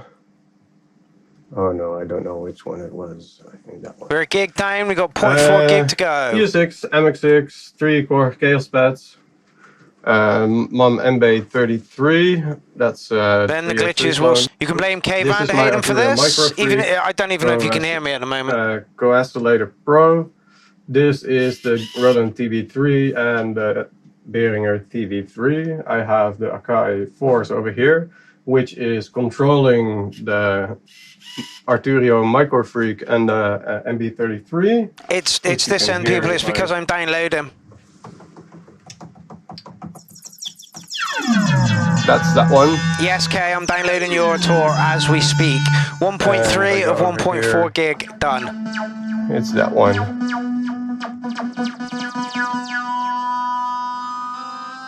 Nine, 8, 7, 6, 5. Come on, come on. Which goes through a delay pedal, the MB33. There we go. We now have Kay's video. It also goes to a delay pedal and a distortion pedal, and this one has an overdrive pedal. Everything should calm down then for we you people go now. to my kick drums. Everybody is always saying they really love my kick drums. Well, here they are. Labeled video. Brilliant, Kay. This is clean, only distorted in this small mixer. This is a digital distortion, so it's going to clip. I also have down here, but you can't see that, it's an EQ, which is on now. Right, we should be back. And Everything should be good now. Overdrive pedal for a bass guitar, and then the bass drum sounds like this. After that, it goes into a compressor to make sure I don't clip and I don't go louder than the preferred volume I want to have it. So that's only my bass drum. Then we have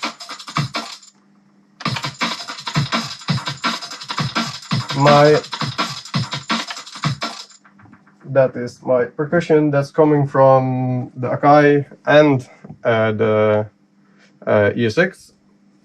I've routed something that's all mono because I took one output of this and one output of that. This one I'm using for percussion, this one I'm using for breaks. Or sometimes the other way around because this one sounds cleaner than this one. Depends on the flavor I want to put into it. And yeah, well, if I put it all into perspective, it sounds like this.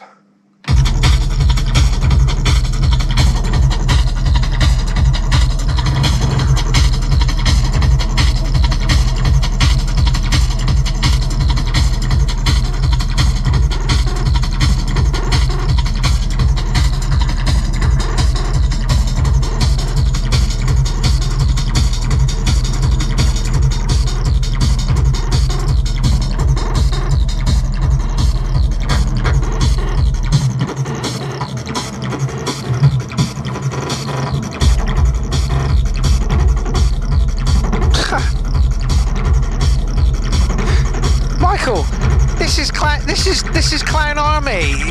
What did you expect? This is a replay anyway, so I'm just kind of replaying it. Just as long as, you know, we'll get there in the end.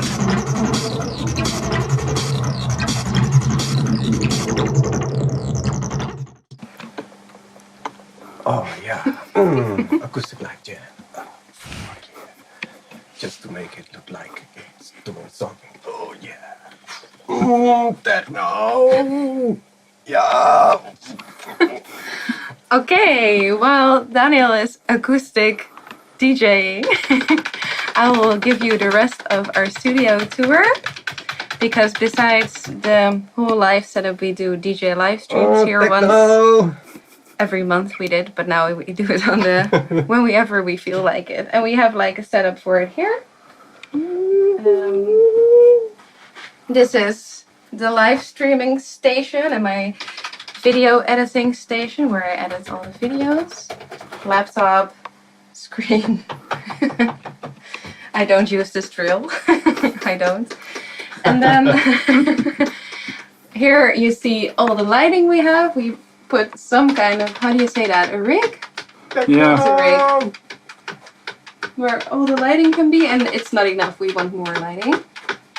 But for now, this is okay. And then we have feel that in this corner all kinds of crafting stuff because we also like to make our own decorations. Like you see here, the ventilator has a beautiful stand of wooden smileys. Just like this one over here. And yeah. So we have all the paints over here. We have a bench for relaxing. For wait, no, you are acoustic. Oh, DJ. acoustic live jam. Oh wait. And here you'll notice calendar. Hello, hello, hello. Hello, Dave. This also behind the camera. Meta. Meta, very meta. And here you see the souvenirs from our Acid Bash party where we had all the smileys and big love from Bristol from Mark and Amy. Yeah. So that is our studio, I guess. Yeah. So I do more of the technical stuff for the images and the videos, and Daniel always does the audio related stuff. Don't forget our mascot. Our mascot, our dog. Yes, yes. Cue, cue. Here she goes. She never looks in the camera though. Cue. Yeah. And we must not forget the lonely raver. He is at every party. Ah, yeah, acoustic. With his friends Animal and the Studio Flamingo. Do you feel that analogy? Okay, well, I think it's best we leave Daniel to his acoustic live jam.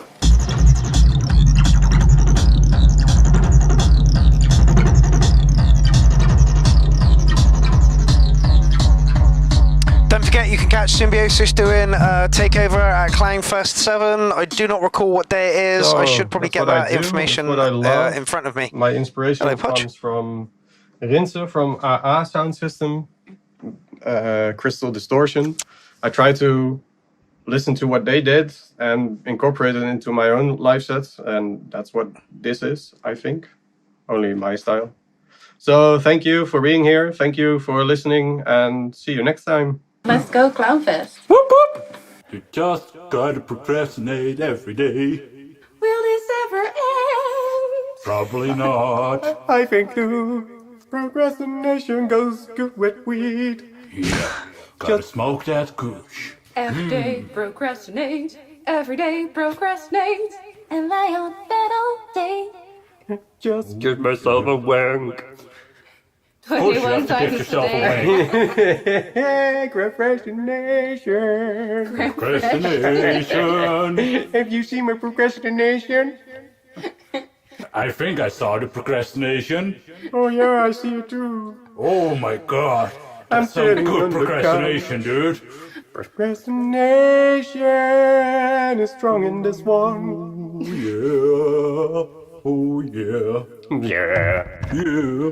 This is the end of the Anyway, that was because we were waiting for K Van der Hayden's set to download, because in typical CLOWNFEST style, everybody sends their sets on the day, if not on the day 10 minutes into when we go live. So unfortunately, the bitrate will take a dive whilst we're downloading stuff, but K promises me this will be worth it. So are you ready? Here we go.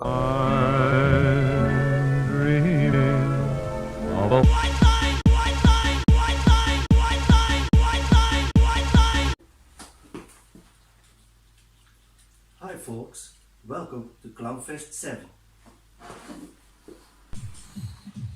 7 December, CLOWNFEST is coming soon. I have nothing yet, nothing.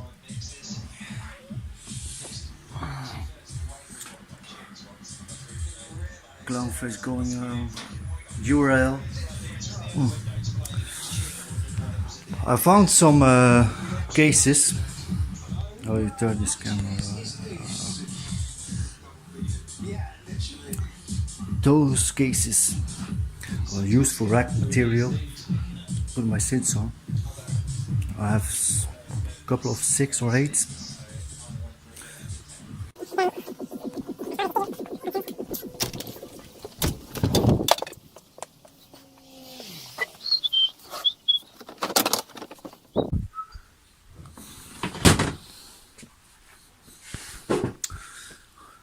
And this is the area where I will make a studio.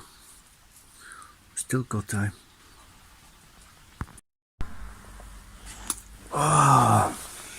Okay guys, the 15th December, just got home from work. Where we at? Nowhere yet.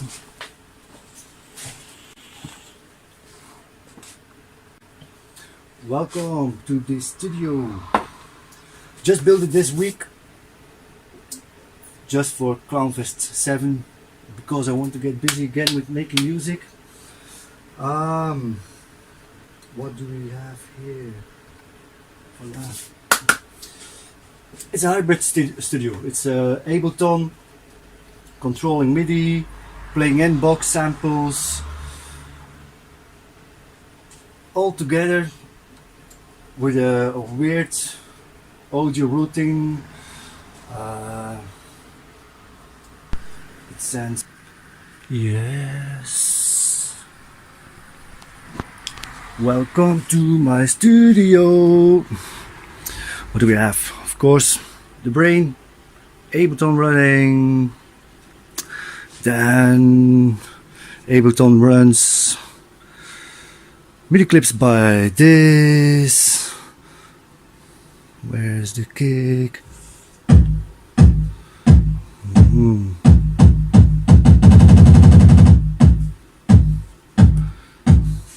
More kicks.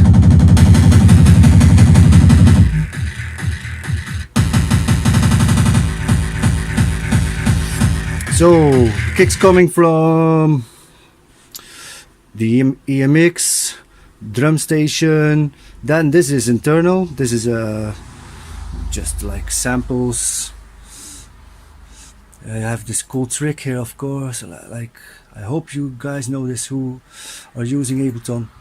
You have a sampler, you load the sampler, you put in thousands and thousands of kicks, so many kicks, yeah.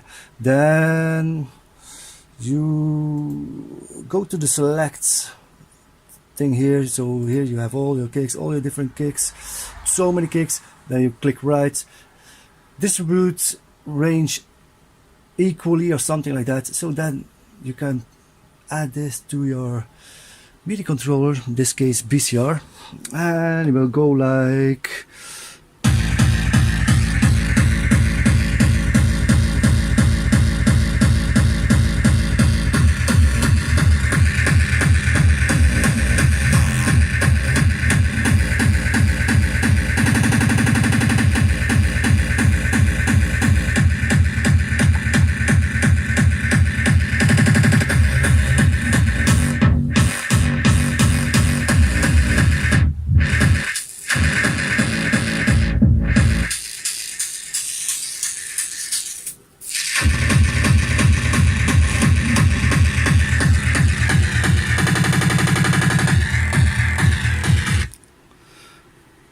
this is how the kicks work. Then what else do we got?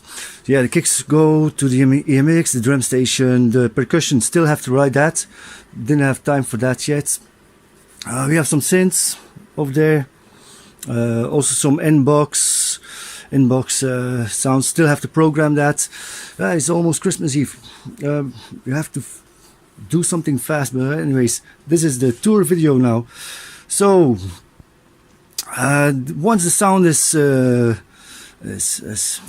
triggered by Ableton, then it goes through the sound. You can still play with it.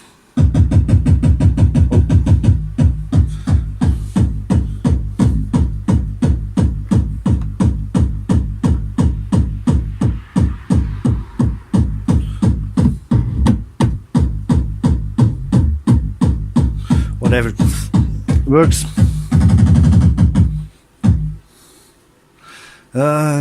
Just like for the synths too. Synths has cool MIDI routing and made in Ableton. Like I have these MIDI things running. If I play them, so I play them all together. But the MIDI is not sent yet. MIDI is sent like the first second track that is running. I want it to go to the rocket, and the rocket is playing.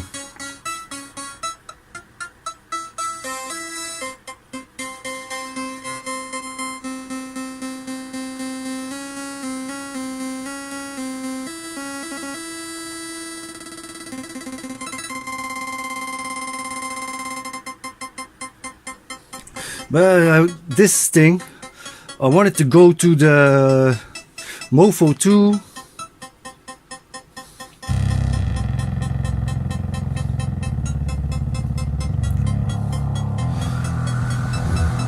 I don't want the rocket anymore.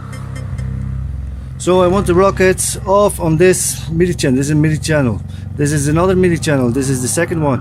So I want this one to go to there.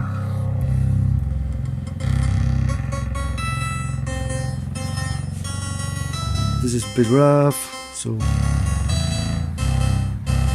I'll let the first one go to the virus.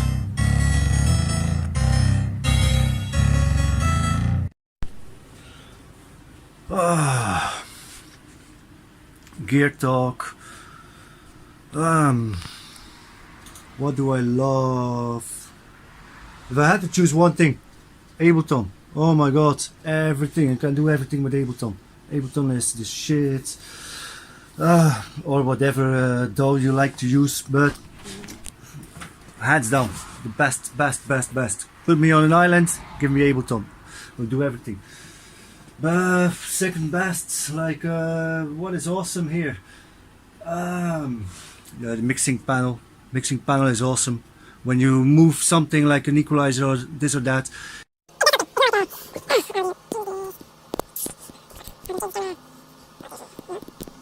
You film like this. Okay. Awesome piece of kit. This, I want to buy more like this, more things like this. This is an analog filter. It actually has some LFO stuff that can trigger the, what does it trigger? The effects, or has some LFO waveforms. You can adjust the speed here. To make it beat matched, I have an audio trigger in that is provided by just a snap sounds, not going to any outs, just goes here, goes into this, and this triggers like let's do it. Let's trigger it. This I will trigger slowly, trigger faster. Will trigger very fast. I can adjust how it kicks in, stuff like that. This is awesome, awesome piece of kit. Then I wouldn't like to miss this. Actually, now I'm not using it. I'm just using it as a.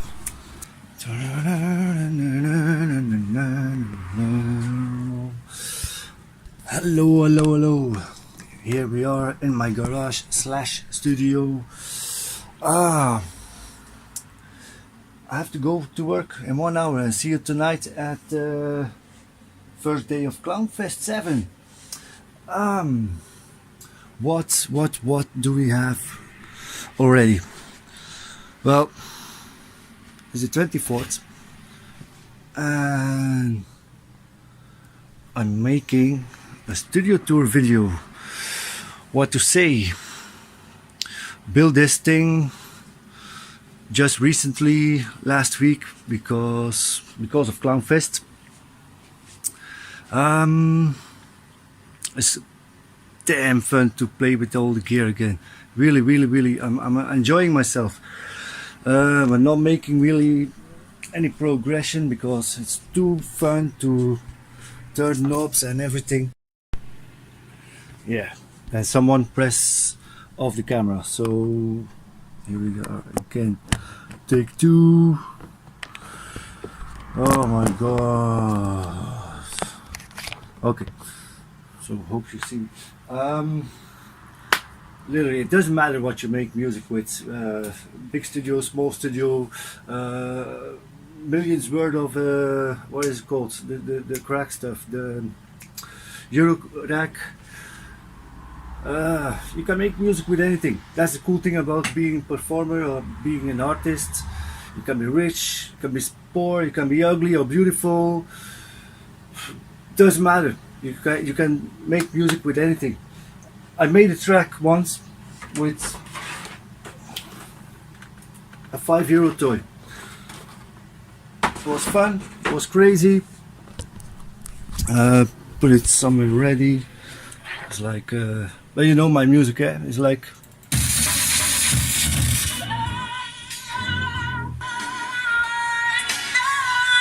everything I feel like. Sometimes it's like hip hop stuff.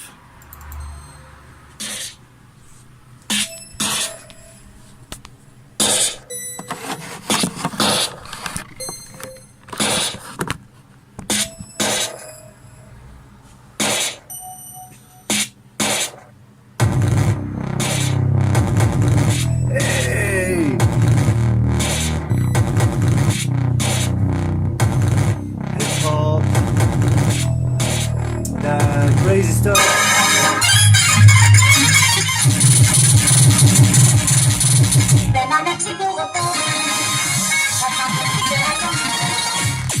Fast stuff.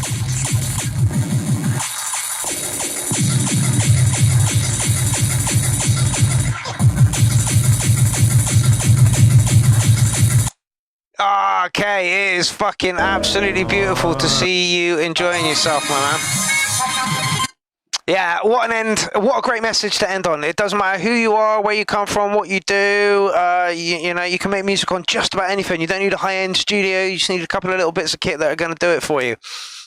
For Kay, it would be Ableton Live, but you know, he's enjoying the machines again, which is great. Which is exactly what I want for CLOWNFEST. I can't wait for his set. I bet it's late again. 10 mil. You didn't send me. Did you send me a file?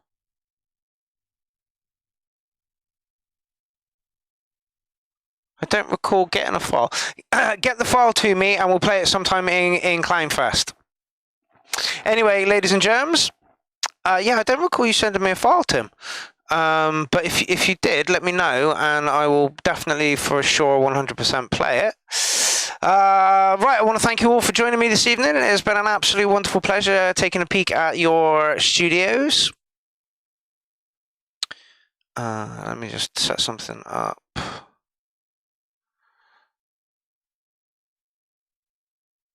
There we go. There we are.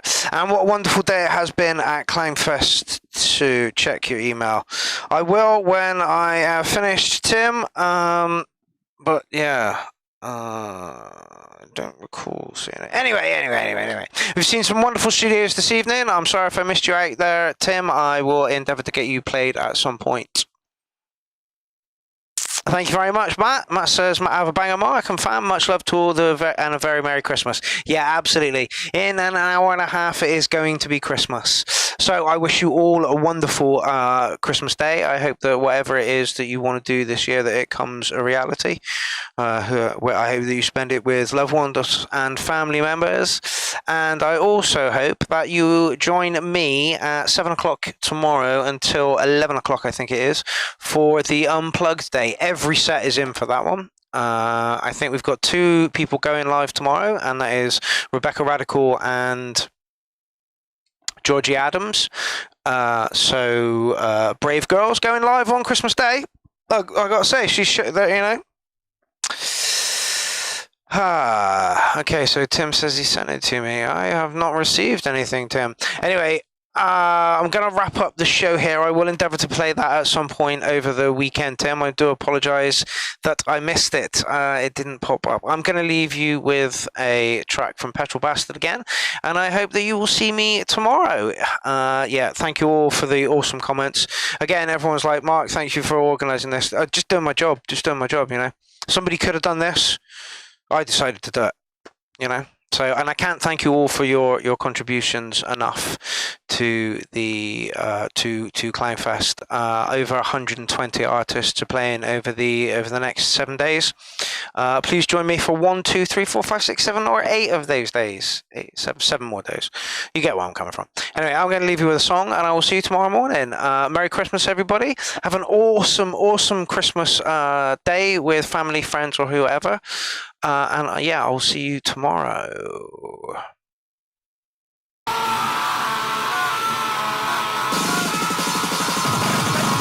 Do your press-ups, eat your cleans, emulate yourself at your office desk. Do your press-ups, eat your cleans, petrol bastard. Do your press-ups, eat your cleans, emulate yourself at your office desk. Do your press-ups, eat your cleans, petrol bastard. Do your press-ups, eat your cleans, emulate yourself at your office desk. Do your press-ups, eat your cleans. 1, 2, 3, 4, 5, 6, 7, 8. Petrol like diesel, yo, these boys the weasels. They got these names like Cecil, Cecil. Fuck it, whatever, down to interpretation. Like that TRC, tricked around talking London and created a scene. This 5 fucking years later, I'm still proving my worth. And this 5 fucking years later, I'm still learning my verbs. Petrol bastards a mission, petrol bastards a sign, petrol bastards a movement. Fuck you, it's all mine.